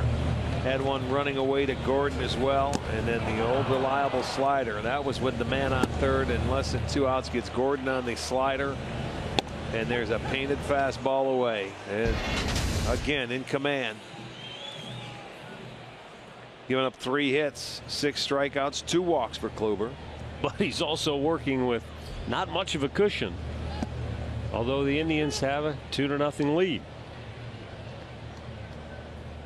But it's nothing new for Corey Kluber. No, for both these pitchers, because I gave you with Volquez 7 out of the last 9 starts, 2 or less runs. I mean, you get into it and you just keep your team in a game and you continue to make pitches. Lindor knew he had to hurry to get the speedy Dyson. 2 down.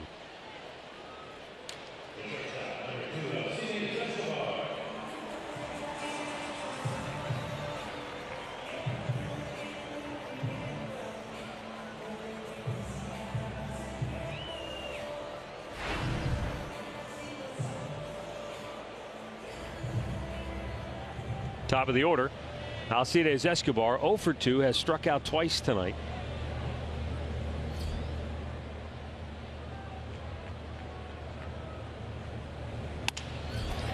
And it sounded like he broke his bat, but he muscles it through, and the Royals have a 2-out base runner in the 5th. Well, Escobar wasn't going to spot Kluber anything in this at bat. The last time he had a man on third, less than 2 outs, he started him off fastball, he took it.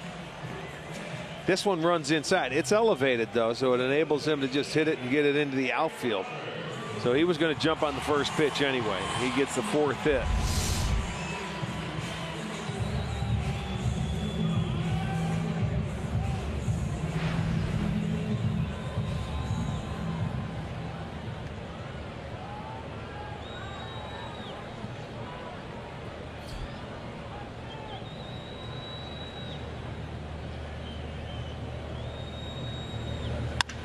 Smashed into right field.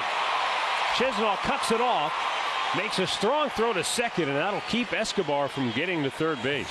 Well, you can see their philosophy now. Let's go. I'm getting after it. First pitch, cutter on the inside part of the plate. Too good of a pitch. That was on the plate. And Hosmer smokes it. That's where you see where Escobar had to wait and let that ball go by. That's why he didn't go to third base. It was hit very hard. It got to Chisenhall early, and they get it in. So back-to-back singles now with 2 outs. Kluber going to try and take this crowd out of it one more time.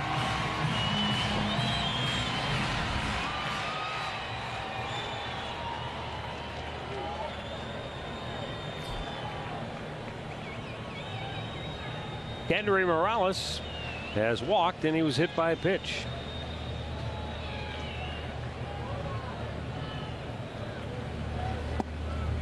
And Morales takes a strike. Well, it didn't take long for the Tigers to beat Minnesota tonight. 2 hours and 26 minutes. It was a 1-0 game. Oh, wow. Justin Upton hit a solo homer in the 2nd inning, the only run of the contest. Each team had 3 hits, but the Tigers win it 1-0. All right. I think that was Upton's 200th home run. There's the pitch he'll chase. Down and in. He likes it down. He wants to go after and get it, but he pulled the string a little more on that one, and that one bounced. He laid off the first one, and you could see him shaking his head after that swing. No, don't swing at that. Corey Kluber saying, yeah, keep swinging at it. Please. It's easy to tell yourself to do something. See if they do try it again.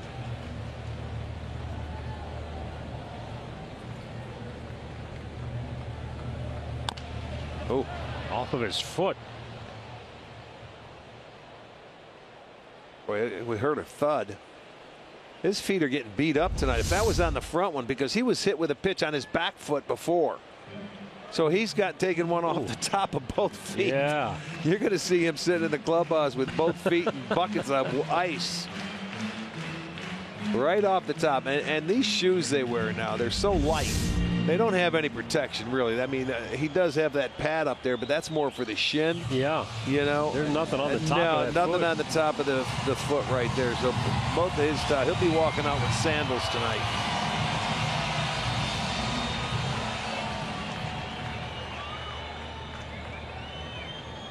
Morales needs another moment. Yeah, to get a little feeling back in there. Hey, if you want me to run, I got to feel my foot. So now he's down on the count 0-2.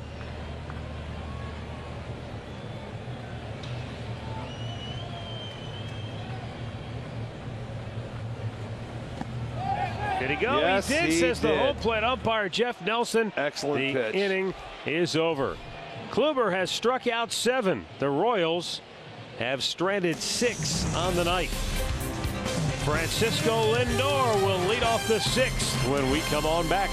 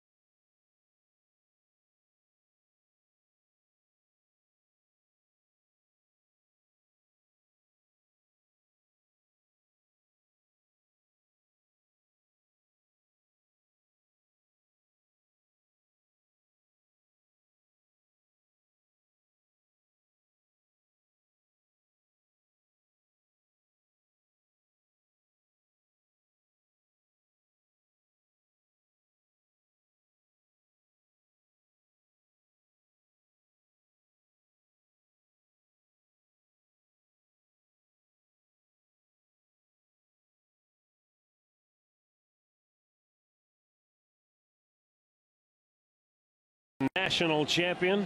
See the players, the course, in major championship history at the U.S. Senior Open, coming to Scioto Country Club in Columbus, August the 8th. For more information and to purchase tickets, go to 2016USSeniorOpen.com.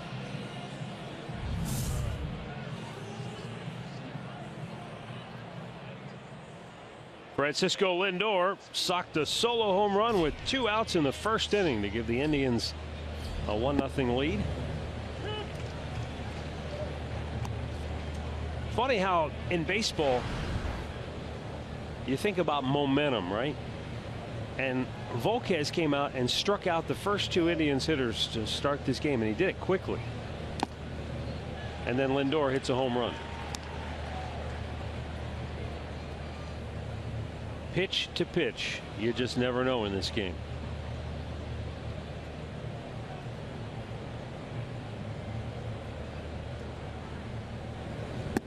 Low, 1 ball, 2 strikes. Well, you just never know that first time through the lineup. You can go out there and punch out the first 5 or 6 guys, and the next thing you know, all of a sudden you lose it. Well, Volquez has not lost it at any point here tonight. The Indians got him home run by Lindor in the first inning. And the only other run came in the 4th on an RBI ground out by Juan Uribe that followed a walk and a base hit by Lonnie Chisenhall. Right. I mean, he's really pitched very well. He's matched Kluber pitch for pitch, except he's down 2-0. He's only given up 3 hits. Our in-game recap brought to you by your local Toyota dealers. Now Mike Napoli. A little high, ball 1. Napoli flied to center in the first and hit a bullet to third that was caught by Cuthbert in the 4th inning.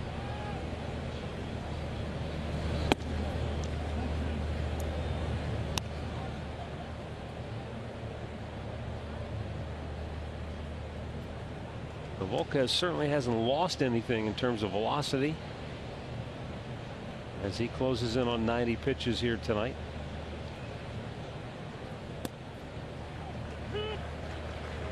Well, not one you want as a hitter right there on a 2-0 count. Napoli sort of looking down at the ground. Don't think he agreed with that call. That one was away. It was a fastball, and you can see why. That looked like it was a little bit outside. That one socked a long way, but just foul. That's outside the ballpark, except foul. Ooh. He left this changeup in. Boy, and that's danger zone. He took a little page out of Adrian Beltre's book there. He went down to the back knee. Yeah, he wanted to try and steer it fair. And the 2-2. I loved it, though. His candid answer to Andre when Andre asked him before the ball game was, I try to hit a home run every time I'm up there. And you know what? It shows. He sure does. But the thing he's done this year, when you get guys in scoring position and things, he'll make adjustments and shorten his swing or change it to try and put it in play. Like that. Right there. Absolutely. With 2 strikes. That's a good job. Dyson cuts it off, but Napoli will stroll into second base with a 1-out double. That's exactly what we're talking about. Right on key. Now ends up a little slider away, and you see him cut off that follow through where he didn't pull off of it. That pitch was a good pitch by Volquez. It was down in the way, but he just stayed on it. Look at, he can't believe it. You tip your cap to the hitter right there. That was a nice job of putting it in play. Let's go down to Andre real quick. You know, the thing about that interview with Knapp, and he's very honest, obviously, about hitting home runs and everything else, but the reason he's here is because of the pitching staff. You know, you talked about his eyes gleaming when you bring up Tomlin. He's like that about all our starters. And he tells the guys, get a lead early, let these guys settle in. Ramirez shoots one to left field. Gordon makes the catch. And Napoli has to hold at second, 2 down.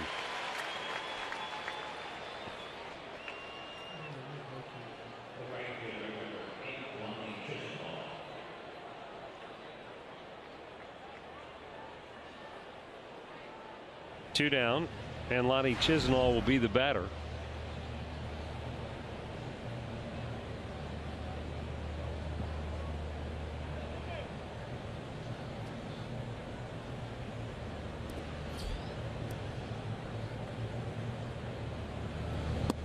Lonnie takes downstairs. You know, that I often wonder when a veteran player, especially one that has the credentials like a Mike Napoli, comes to a new team.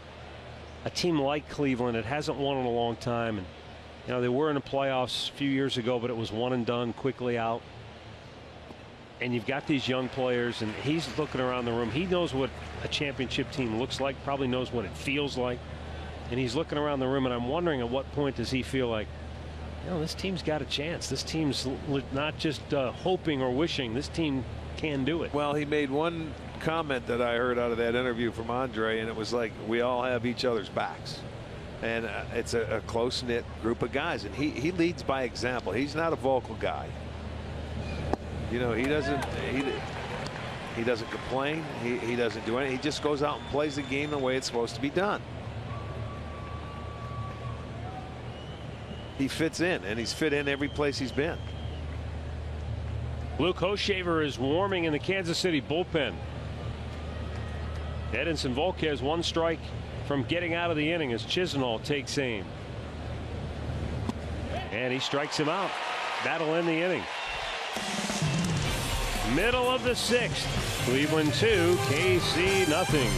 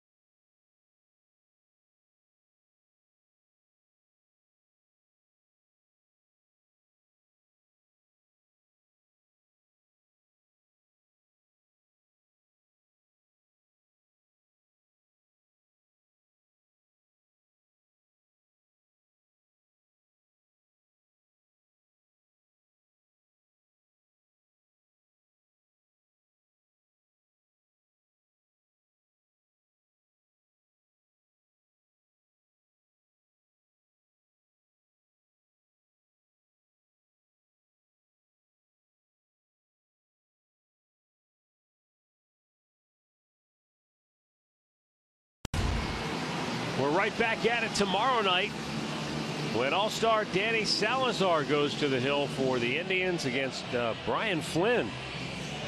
Alan Jensen will begin our coverage with Indians live from Kauffman Stadium, 7:30. First pitch at 8 right here on your home for Indians baseball. Sports Time Ohio.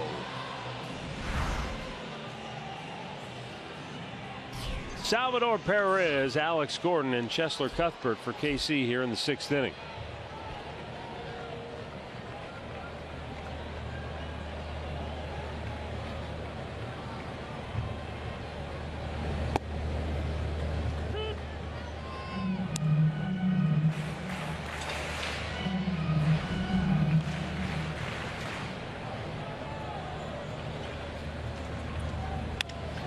Jam job. But because he's playing shallow, Lonnie Chisenhall has an easy play for out number 1. Well, it was really a good pitch to jam him. He's pitched him upstairs tonight. If you watch Kluber, he stayed inside. He's elevated here. There's a slider going down and away. One time you get that swing. There's a fastball up. There it was to Perez's last at bat, and then there's a slider away again. That came with a man on third and 1 out, and fastball away, paints it. Really good looks at the pitches from Kluber with that grip coming right out of the pitch, coming right out of the hand.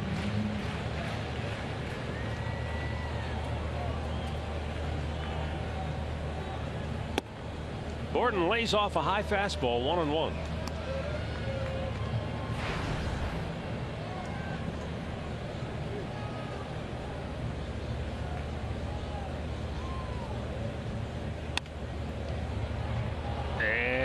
Short hopped it. Uribe will throw to first, 2 down. Couldn't tell initially. I thought maybe he caught it on the fly. That ball floated to him. It never got to him. That thing, he hit a changeup to Uribe at third. So that ball just floated out there. He short hopped it. The umpire was right on it. So he made the throw across to get out number 2. And that will bring up Cheslor Cuthbert, who is 2 for 2 tonight with a single, a double. But he was in the center of perhaps the game's biggest play, at least as far as the Royals are concerned. 1 out in the 4th inning. He hit one over the head of Lonnie Chisenhall in deep right field. It was a sure double, and it looked like he had a triple. But Lonnie made a great throw to Jason Kipnis, who made a perfect relay to Juan Uribe. And the call was out at third. The Royals challenged it. It was very close. It was one of those, if it was a horse race, it was too close to call. Yeah, it was close. And on the photo finish, the call stands. You know, we had the last couple of reviews like that go against us. So I was just waiting to see. Lindor makes the catch, and Kluber just flew through the 6th inning. Royals go in a hurry. We go to the 7th, 2-0 Cleveland.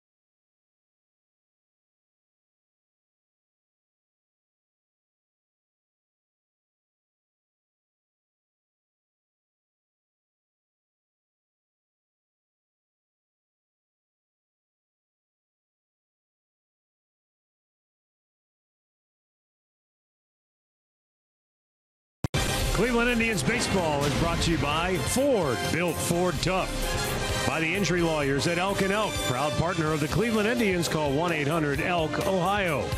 And by Adventure Chrysler, Jeep, Dodge, Ram.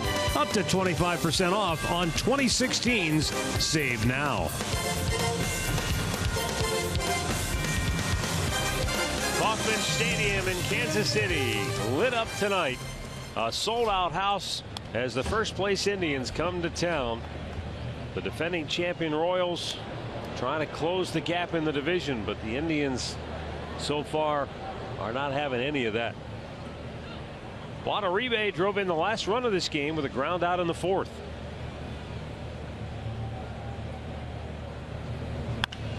And Uribe sends one sky high. Gordon over near the line, can't get to it. It's just beyond his reach up into the seats there.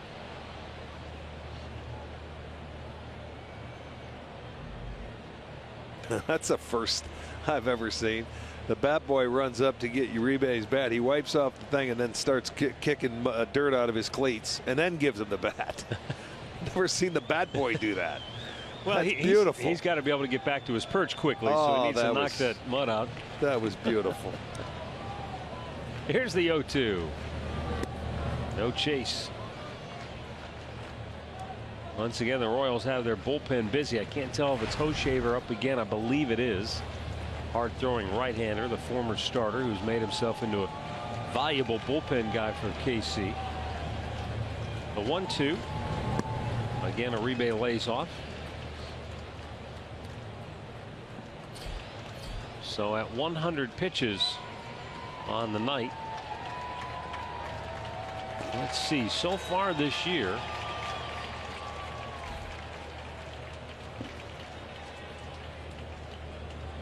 Volquez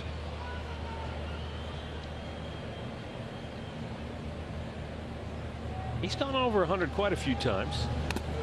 And Uribe fouled that right into the mask of home plate umpire Jeff Nelson, but he says he's fine. Let's see, 1, 2, 3, 4, 5, 6, 7, 8, 9, 10 times. So this will be the 11th time this year that Volquez has gone over the 100 pitch mark. His season high of 115 pitches came coincidentally in his start at Cleveland back on June the 3rd. He went 6 1/3 innings and gave up 5 runs in that ball game. Yeah, well, he's pitched well tonight. He really has. Yep. And Perez was just giving the umpire some time right there, is why he ran out and talked to Volquez. He was just giving Jeff Nelson a little longer breather after taking a direct hit in the mask.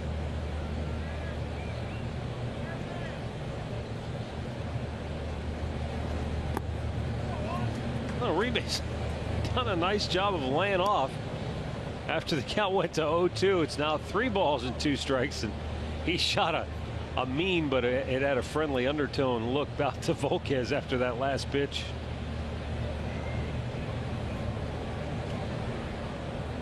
I think he was kidding him, saying, come on, challenge me. Here's the 3-2. He did challenge him, and Uribe ropes it deep and fouling Volquez is probably saying, that's why I'm not challenging you. Yeah, challenge him with a changeup. You know, he didn't give him the fastball. He just throws that off-speed pitch down and in and saying, what are you doing? That's not a fastball.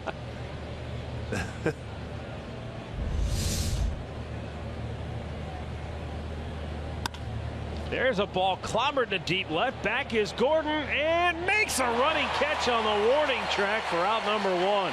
He came back with another changeup. Watch, he's going to say something as they go by. Get out of here. I'm not throwing you a fastball 3-2. And you see the laugh. Came back with another changeup, and this time Uribe was able to keep it fair. He slowed the dial down, but Gordon is able to run it down, track it down for out number 1. That's a great reaction. You know, you have to enjoy the competition, and you have to have some fun. You know what? They're competing, but they're also having some fun with it. You're right. It's mano-a-mano. Come on, let's go. And it is fun. Tyler Naquin 1 for 2. He pulls it foul.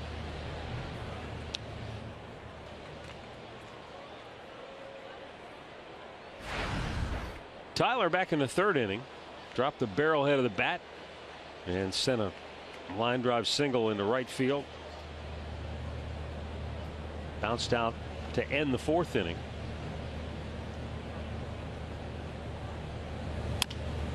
Another chopper towards second base.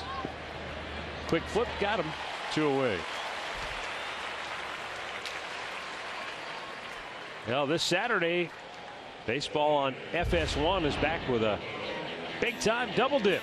Buster Posey and the Giants go to the Bronx to take on the Yankees, and the Rangers will play these Kansas City Royals in a game you'll only see on FS1. The action begins at 4 Eastern on FS1, or watch it live on Fox Sports Go.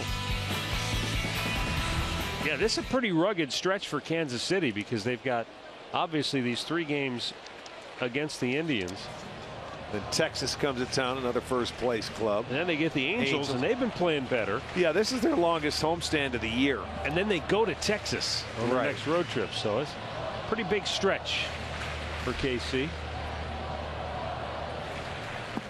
Then again, I suppose when you think about it, when you're playing uphill and you're behind in the standings, there are no easy series. Yeah, everyone, you have to win, or you think you have to win everyone. You know, for Kansas City, they're just under 700 at home. They're 29-13. You know, and the thing about them, if they continue to play well in this ballpark, 13 of the last 19 games are here to end the season. It's just hard to figure why they're so drastically different. I mean, don't on know. the road, 17 and 32. I know, and it's hard to believe. I know they score more runs here. They pitch better here. But it is hard to believe. You would think this show could travel, but they give up more runs. Well, the big reason is the home runs. They've given up, what did I tell you? What did we say, 120? Right now, 121. 48 of those have been here. Okay. The rest of them have been on the road.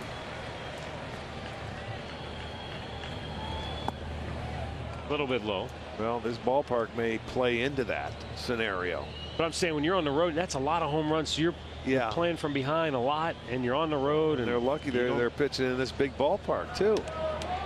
They have taken advantage of being at home, too, with 6 walk-off wins, which I believe is tied for the most. I'm sure that a lot of that feeds off of last year going through and the march to the World Series. Tied for the second most in the American League. Would you believe the Astros have the most with 8? Yeah, because we witnessed one down there in Houston. I would. And we've had a hand in Minnesota. They have 6. There you go. Well, 3 of them. 3 of them against the Indians. They sure do.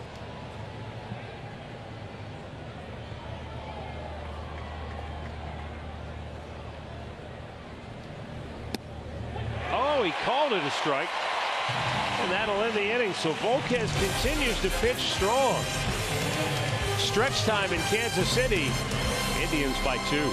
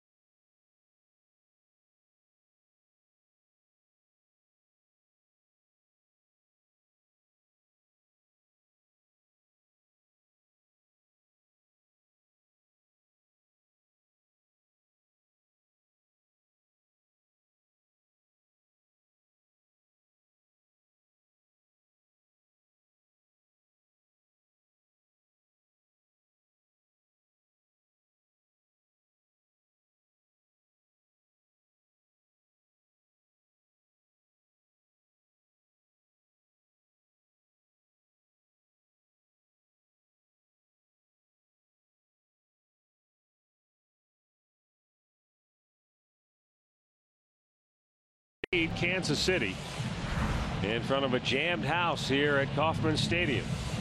Corey Kluber with 6 shutout innings, and he's coming off his first 1-2-3 inning. Though he did face the minimum in the second with a ground ball double play. And in the fourth, he only faced 3 batters because Cuthbert was thrown out trying to stretch a double into a triple.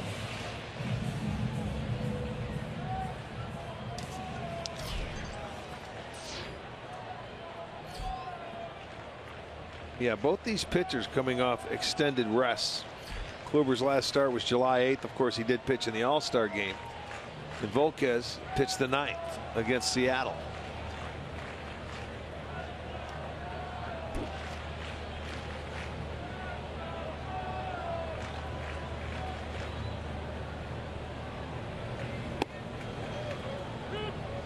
Orlando, that was an interesting reaction. Was he?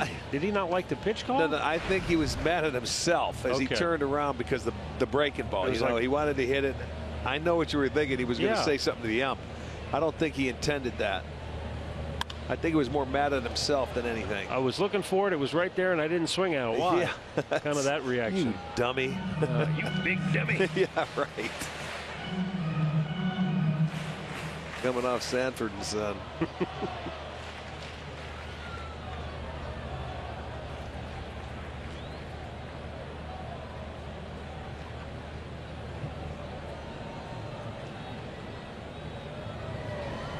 Swung out and missed. He chased one in the dirt and strikes out. That's number 8 for Kluber.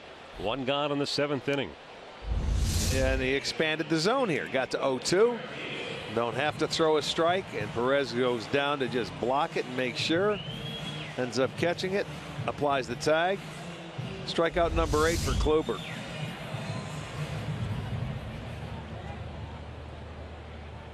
In the first start for Kluber against Kansas City, June 5th, he went 6 innings, only allowed 2 hits. He walked 2 but struck out 6.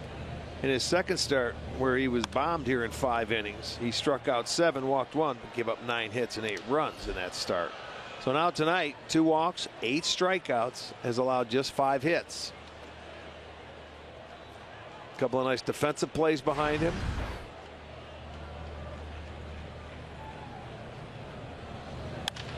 Out of play, right side, upper deck.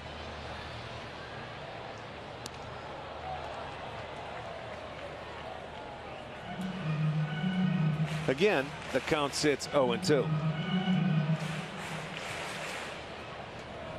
And Whit Merrifield is 0 for 2 on the night.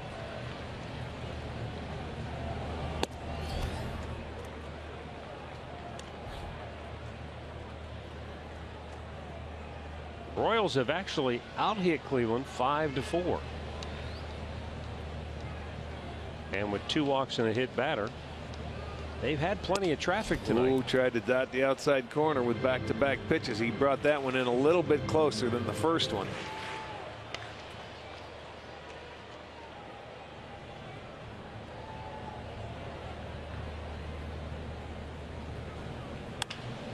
Slowly chopped to short. Lindor throws him out. 2 down.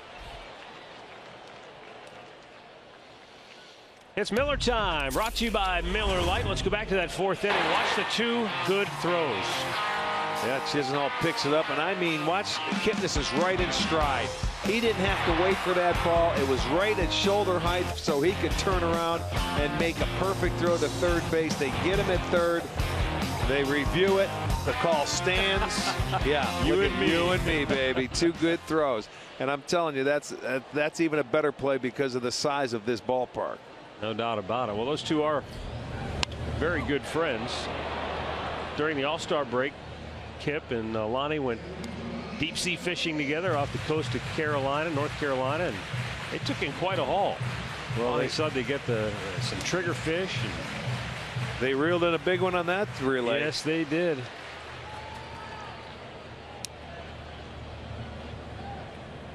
Now the 0-1.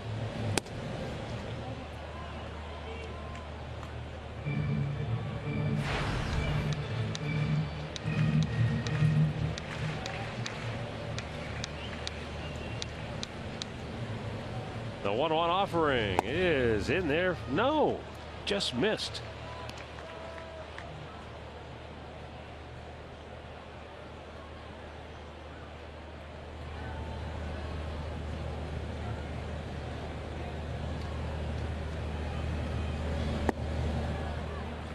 Now it's 3 balls and a strike. And if Dyson gets aboard, Alcides Escobar would be next.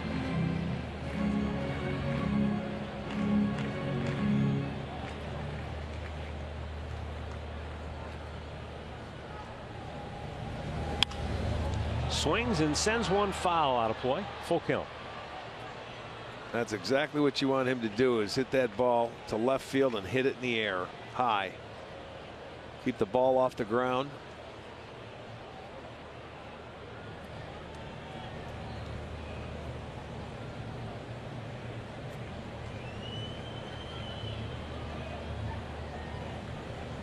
And the 3-2 pitch. Up high, he would not chase. And Kluber has walked his 3rd of the night.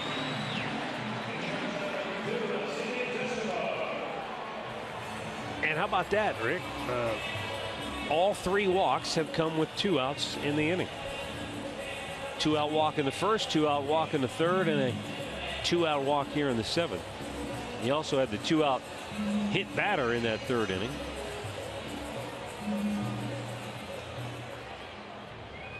And Alcides Escobar, who has struck out twice and singled to center, stands in.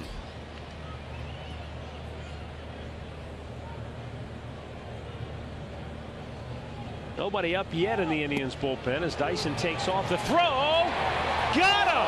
Oh, baby! They can't challenge either. No challenges for Kansas City. Now, I guess Ned Yost could initiate an umpire, what do you call it? An umpire, a chief review, but nothing doing. He's out.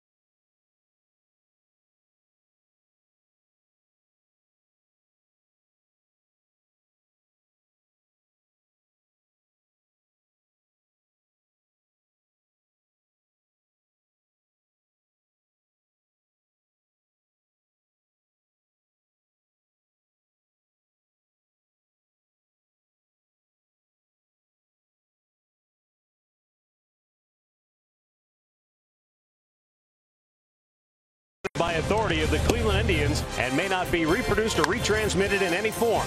And the accounts and descriptions of this game may not be disseminated without the express written consent of the Cleveland Indians.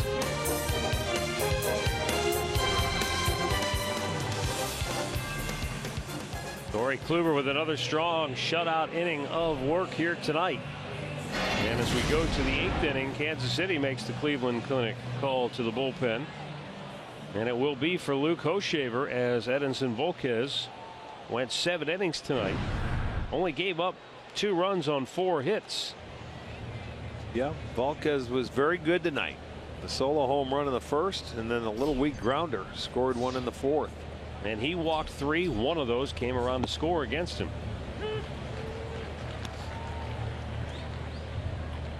You know, in his first 2 starts, or 3 starts, I should say, against Cleveland, he walked 4 in every start.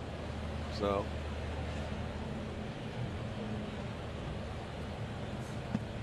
Good breaking ball, but it dips down and Santana lays off. 1-1. Hochevar's last outing came Friday at Detroit, where he went an inning. He gave up 3 hits, and all 3 came around to score. Took the loss in that Friday night game.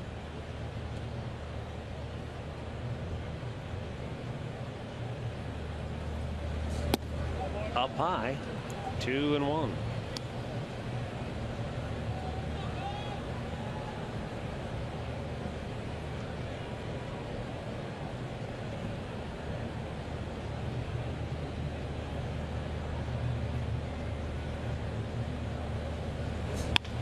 Smash right back at him. He knocks it down with his leg and throws him out, and he appears to be okay.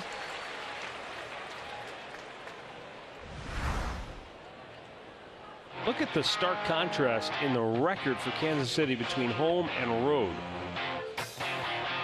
Now they score almost 5 runs a game at home. 40 points difference in the average. You can see about a 1.5 runs per game offensively.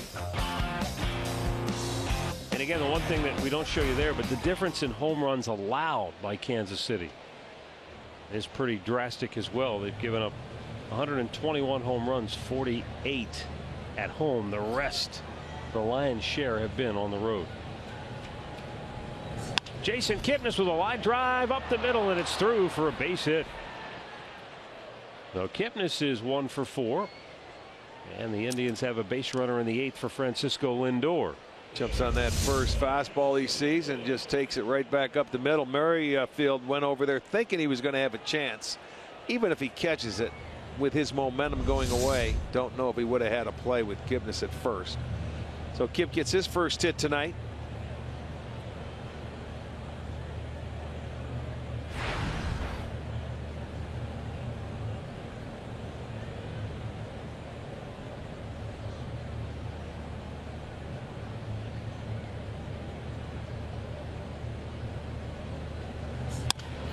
Right back to him. And I mean, tailor-made double play ends the inning.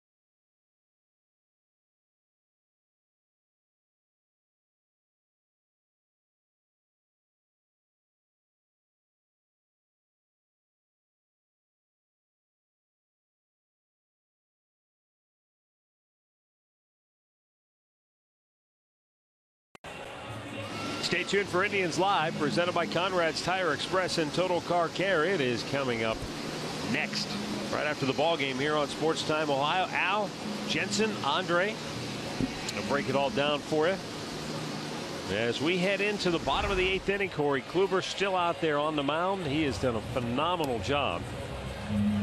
But to give you an idea of how badly Terry Francona wants this game, in particular this series opener, you've got the lead, you're into the bottom of the 8th. Brian Shaw is warming up. Cody Allen was up. He threw a couple of balls just to get loose Wait, something's going on here. He probably threw 2 or 3 pitches, and then he's ready to go if needed. But now Corey Kluber. You know what? I think they didn't have Shaw up ready to go. They're going to bring it out, and I think they just want to make a change. Well, Corey was really late going out to the mound.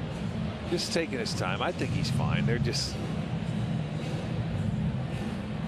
He just didn't have his bullpen up ready to go. I don't think anything was wrong with him. It's just a tactic.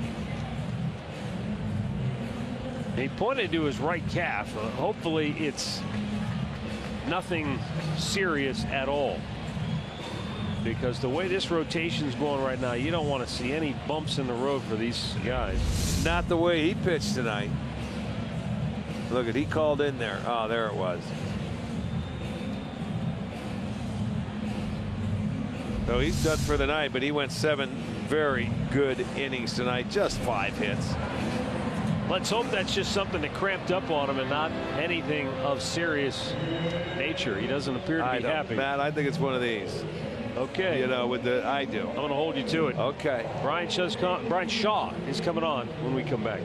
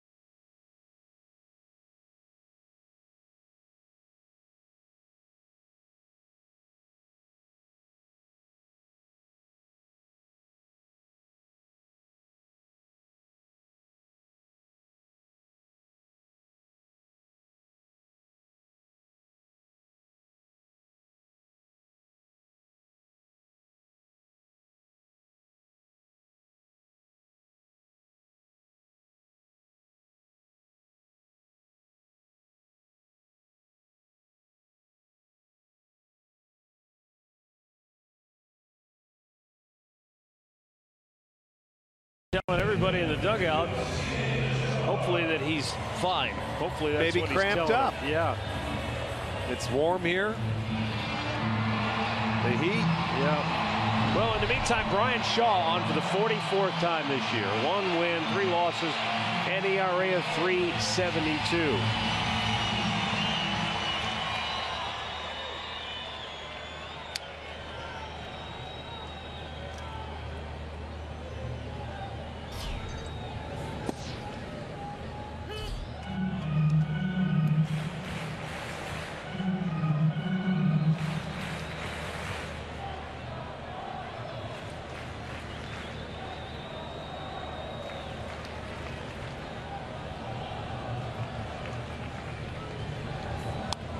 Fouled right back.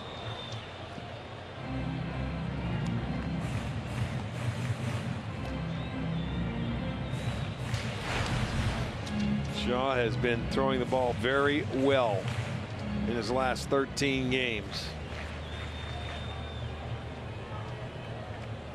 Has not allowed a run. Has thrown zeros up there.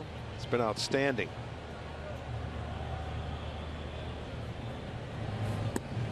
Down low. This will be the 4th time he's pitched against the Royals this year, covering 3 2/3 innings, giving up a couple of hits and a couple of runs.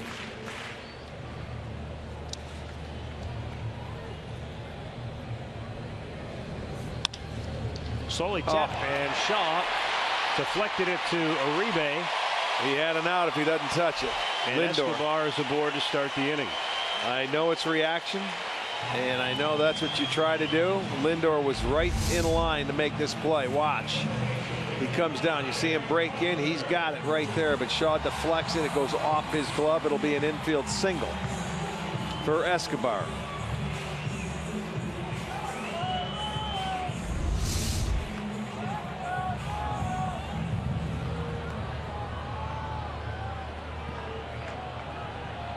Now Eric Hosmer.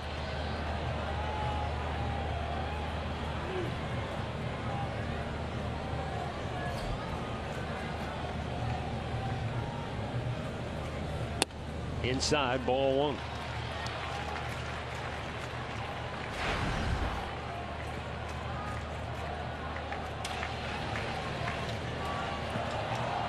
So often in baseball, you talk about the closer, but many times the 8th inning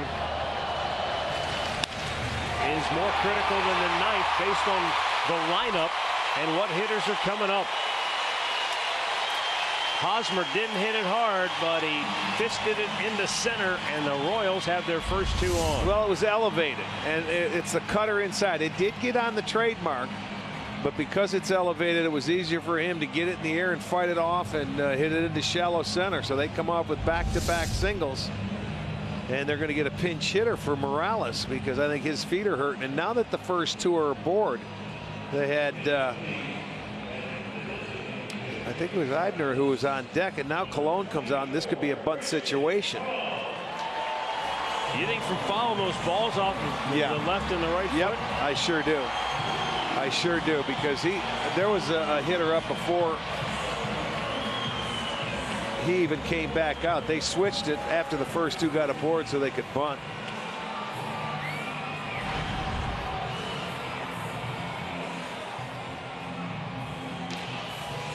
All right, so Colon up presumably to bunt with 2 on and nobody out. The infield will look for the bunt. Uribe and Napoli at the corners will pinch. Now this is the loudest we've heard the crowd all night. They've been able to keep them out of the ball game. He's already squared around. And he takes ball 1.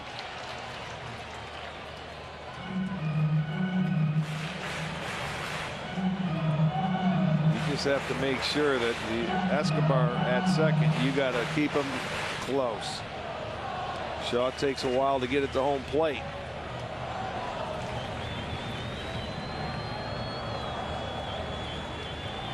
Again, Napoli charging hard, and it's outside 2-0. Well, they're letting you bunt. They're giving you an out. You have to take it. Now when you fall behind like this, a lot of times you can do what you want. You could, manager has an opportunity to take it off, let him take a swing. You've got a bunch of guys moving around defensively.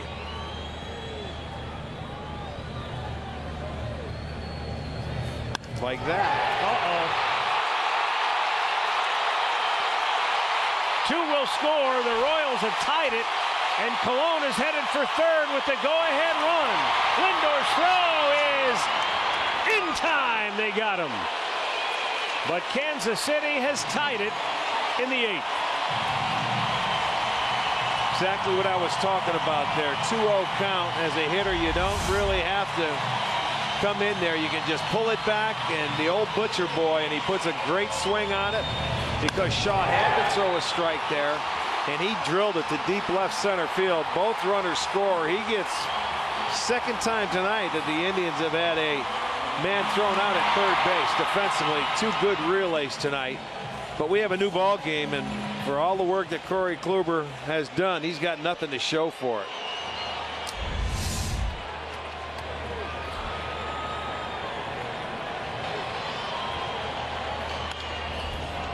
And now there are 2 down in the inning as the pop-up goes to Lindor at short.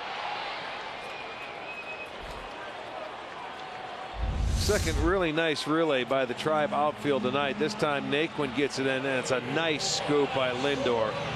And a one hops. That's a great throw too, to make it easier for Uribe to stay low and apply the tag. Really, the defensive work from the outfield tonight has been great on 2 relays. And that's a good thing they got him there, because that would have been the go-ahead run. And now Alex Gordon takes it's ball 1.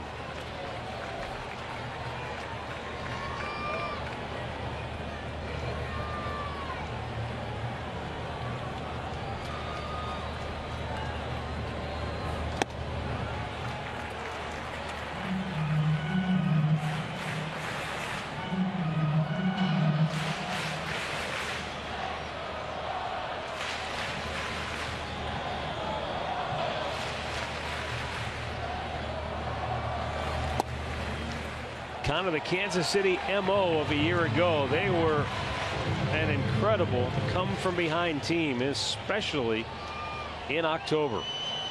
You know, and I think because of that, they always feel like they've got a chance. They do in this ballpark. They sure believe that. But if you remember, this inning started where Shaw, if he would have let the ball go, there was a man in play. It went as an infield single.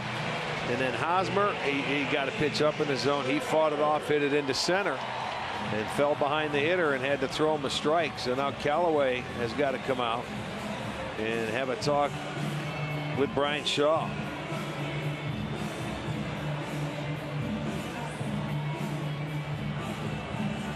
Jeff Manship is now getting loose in the Indians bullpen.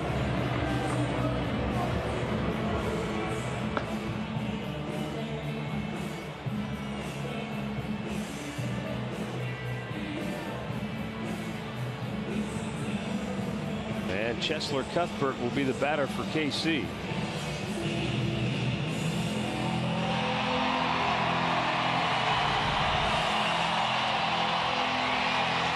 Kansas City still has one of the best bullpens in baseball. And that's why when you let them come back late like this, it makes it very difficult to beat them. Because it's tough to score against that bullpen.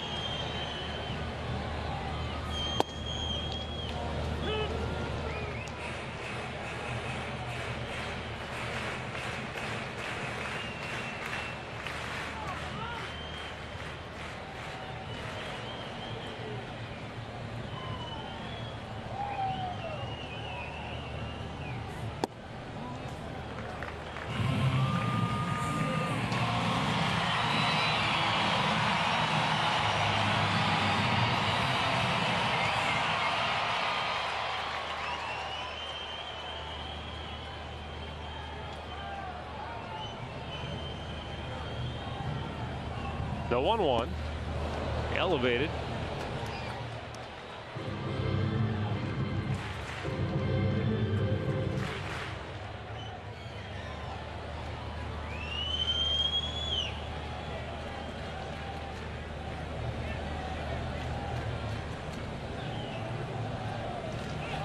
Runner goes, and no throw by Perez. Well, he held the ball and he thought he swung. But he never threw it. So a stolen base by Gordon. Watch, it's up there and he just never threw it. And he asked for help. You got to throw it and then ask for help. So Gordon in the scoring position with 2 outs. And wow, close, but just missed. Full count.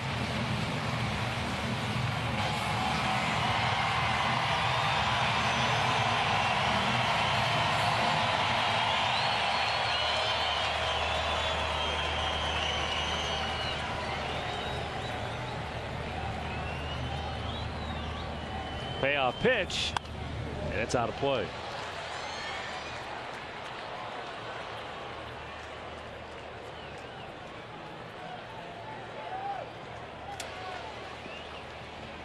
Brian Shaw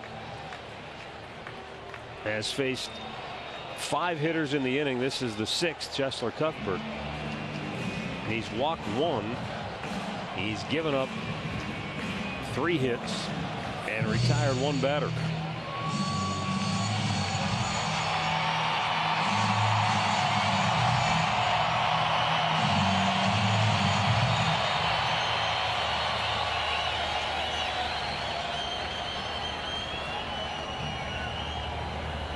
And the payoff pitch is out of play.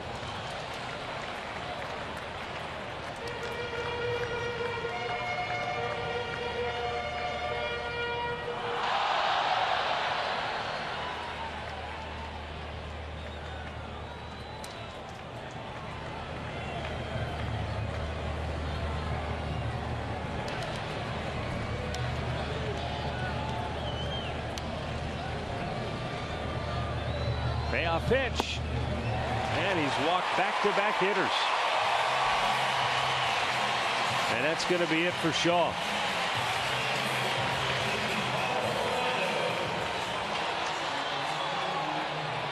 Terry Francona will make a move to the bullpen for Jeff Manship. The Royals have 2 on with 2 out in a 2-2 game in the 8th, and we'll be right back.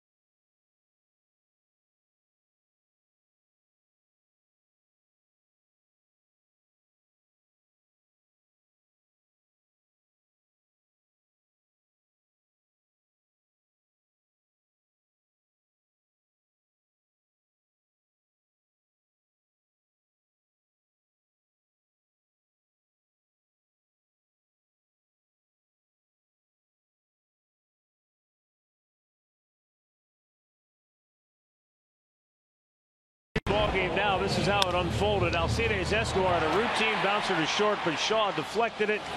He reached, then Hosmer muscled one through in the center, and then after falling behind Colon, who was trying to bunt, he threw him the cookie. He butchered it in the center, and then 2 scored to tie the game. Colon was thrown out trying to go to third, so that was a break momentarily. And after he got Perez to pop up, there were 2 down in the inning. But then he walked the next 2 hitters, Gordon and Cuthbert. And now Kansas City has yet another opportunity to take the lead as Paulo Orlando steps in against Jeff Manship.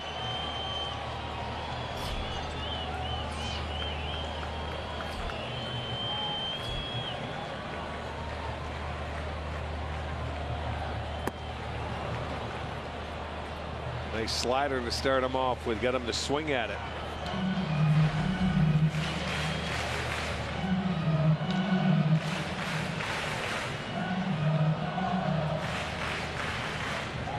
Yeah, Orlando's been swinging a lot tonight. When he faced Kluber, he seemed to be all out of sorts.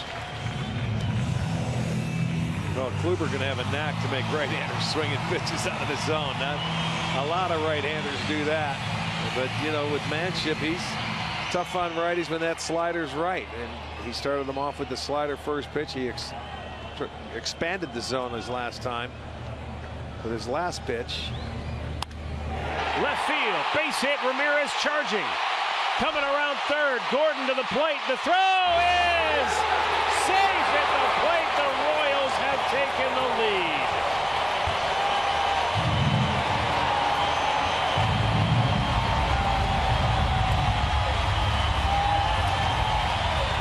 See this slider if it stayed on the inner part of the plate. Although he pulled it and hit it to left field, Ramirez made a nice throw. It was close coming home. But the 2 walks, the stolen base, and here comes Gordon with a wide turn. Here comes a throw by Ramirez. Just does get the hand in. I didn't get a chance to see where the slider was, but you know, it wasn't like the first one off the plate. You can see Gordon's hand gets in there, and both runners move up on the throw home. So it's 2nd and 3rd now with 2 outs.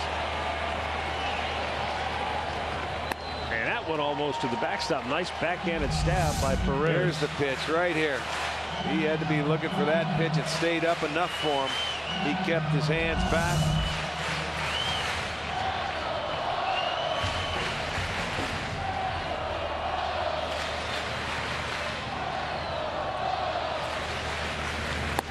Way outside, 2-0.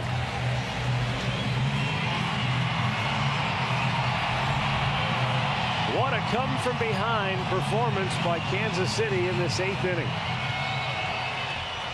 Corey Kluber had shut them down completely through 7 innings. Yeah, on 5 hits. They have 4 hits in the inning. 2 walks. And this inning started with Brian Shaw warming up in the bullpen and Corey Kluber warming up on the mound, and then he signaled to the dugout that something was wrong with his right calf. He came out, Shaw came in, and it has spiraled out of control. As Kansas City still 2nd and 3rd with 2 down, and now the 3-0 pitch in for a strike to Whit Merrifield.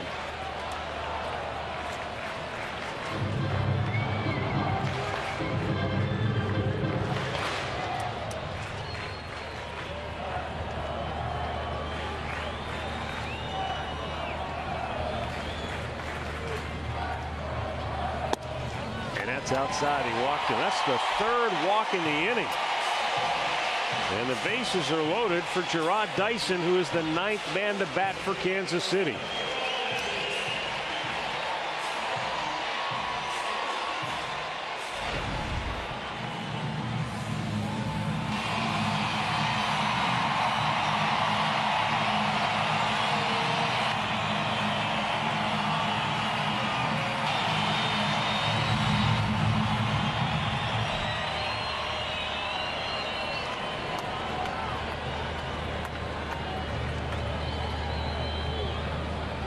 Pitch, and Dyson drives it deep right.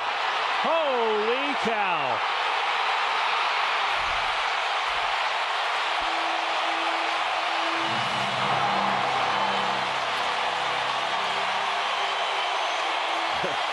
The first home run of the year for Dyson, and it's a salami.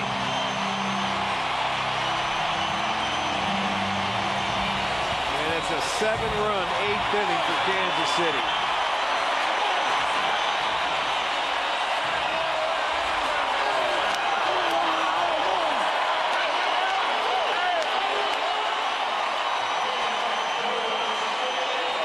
This ballpark is up for grabs now.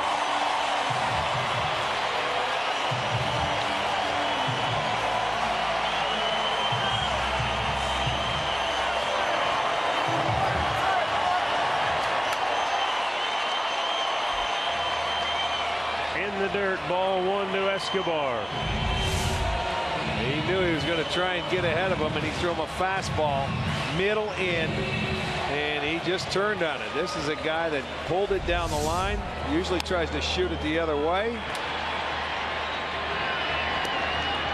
Kansas City with an incredible comeback. 7 in the 8th.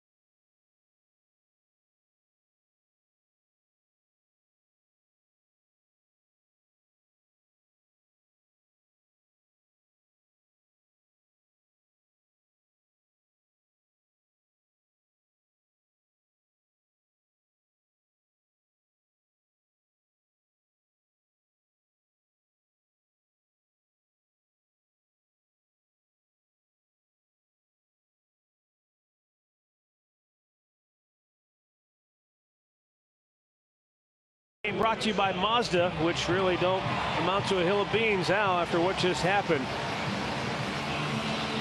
But the obligation to our sponsor has been fulfilled. The key to this game was an absolute implosion by the Indians bullpen in the 8th inning, and that is that.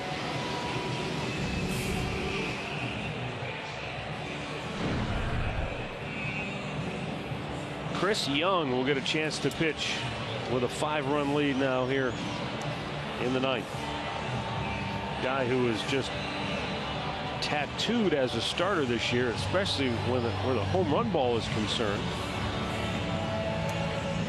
So they're trying to maybe get him straightened around or just see what they can do out of the bullpen. A 6.79 ERA though for the year. 26 home runs he's had allowed. his problems and his issues this year. Mike Napoli will lead it off for Cleveland. And takes a strike.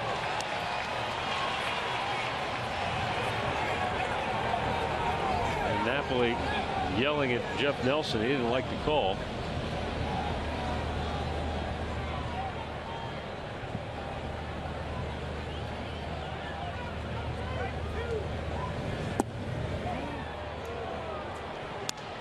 One and one to count.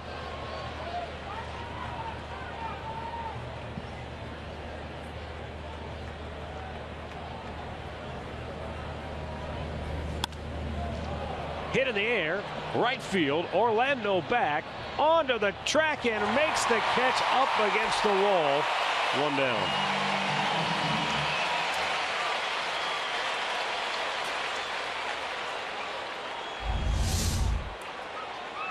Well, he hit that ball pretty well going to right field. Orlando catches it about a step before the wall on the track.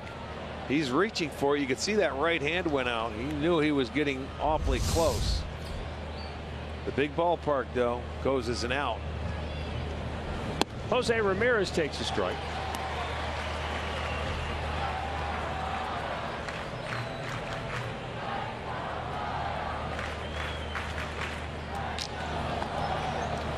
Bounced in front of the plate.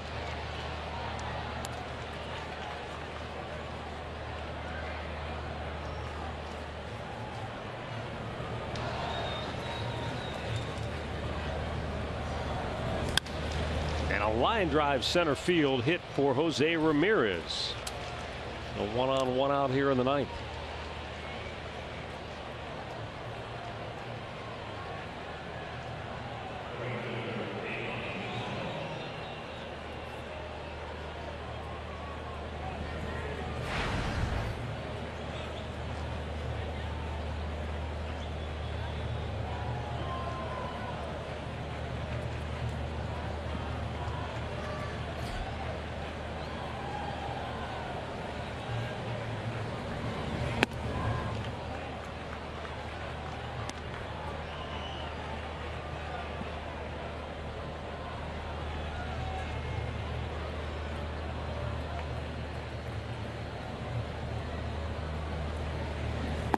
Lonnie takes it down low, and Salvador Perez says, all right, now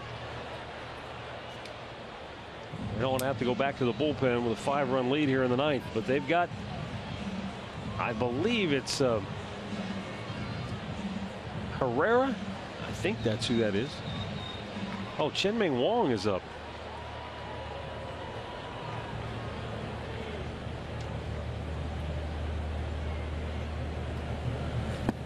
Low, 3-0. Well, he's probably trying to stay away from his back end relievers with 2 more games to go in this series, but he may not have to. He may get him up. Well, somebody else has just joined Wong in the bullpen. Davis was up, you know, when it was 2-0. Oh, sure. Kansas City, he was up and ready to come in, but he's up again, so it won't take him long. Hammer to right field. Jose Ramirez on his way to third. Lonnie will go to second. And the Indians have second and third with 1 out here in the 9th, down 5. And how long does Ned Yost wait? Well, good question. He gets a fastball here, and Chisnall takes advantage of it. Gets on top of that heater. You get maybe one more guy. Island's going to come out, the pitching coach. He'll have his save for 30 seconds, and I'm thinking one more guy.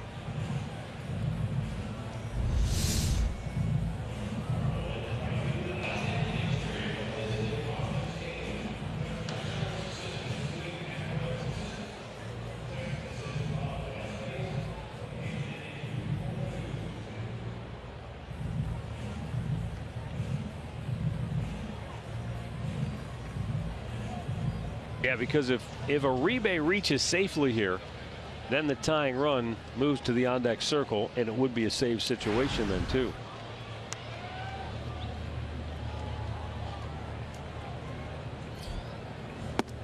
Inside, ball one.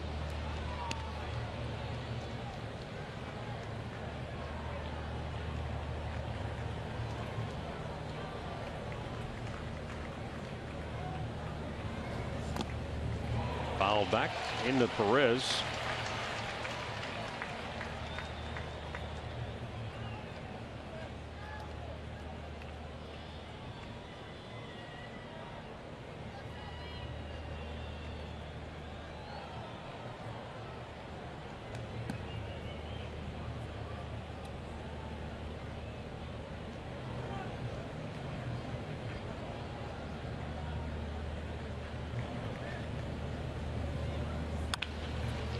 Weekly chopped towards second base. A run will score, but Uribe is out number 2.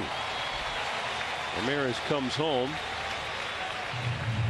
Chisenhall to third. It's 7-3. And Tyler Naquin will try to keep it alive for the Indians.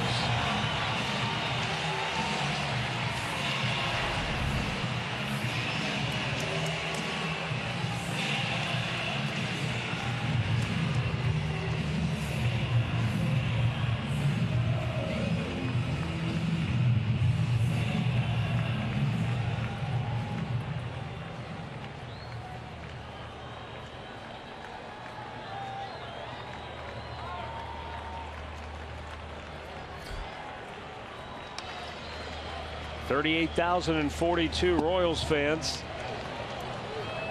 witnessing an incredible come from behind performance tonight, but they've seen that before here.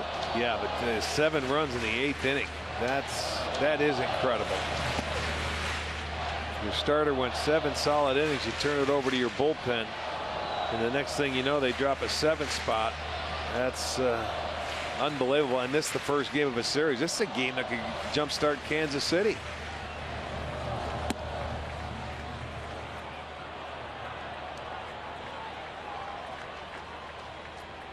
Remember earlier this year, Rick, they had that 7-run, I think it was a 7-run 9th inning against Chicago. Yes, I do. And that was in the 9th inning. Yep.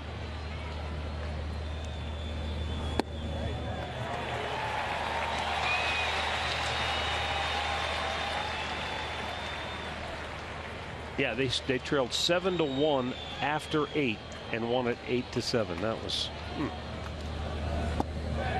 swing and a miss. It's 3-2.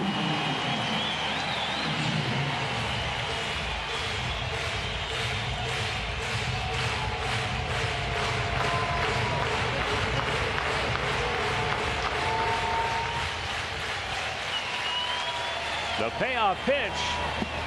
Ball 4, and now it's a save situation, and we'll see Ned Yost go to the bullpen here. Naquin draws the walk, and the tying run for the Indians will go to the on-deck circle, and Ned Yost will make the right-handed wave to the bullpen for his closer, Wade Davis.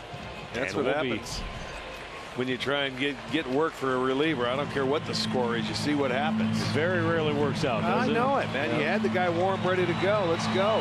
Well, he's coming on when we come back.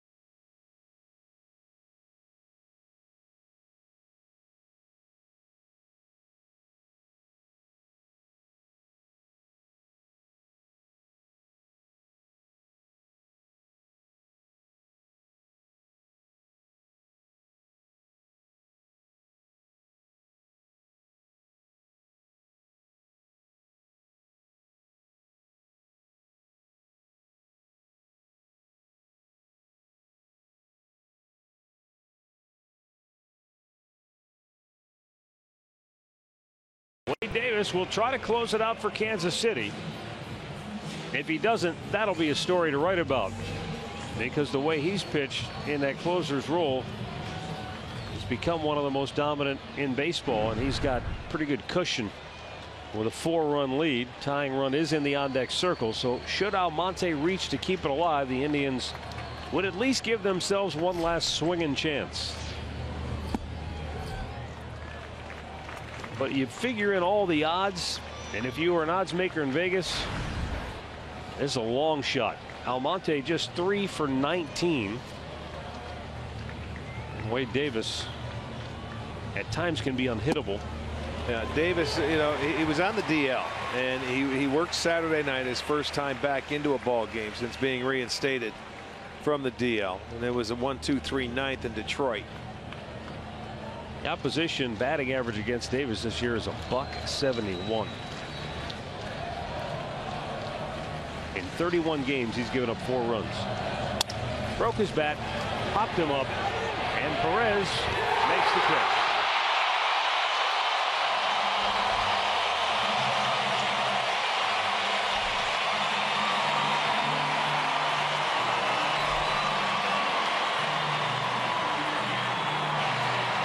So it may not have been a must win, but it's a big W for Kansas City. They close to within 7 games of the Indians in the Central Division, and the Tigers move to within 5.5 games on Cleveland. 7-3 is the final. We'll be back with a final word right after this.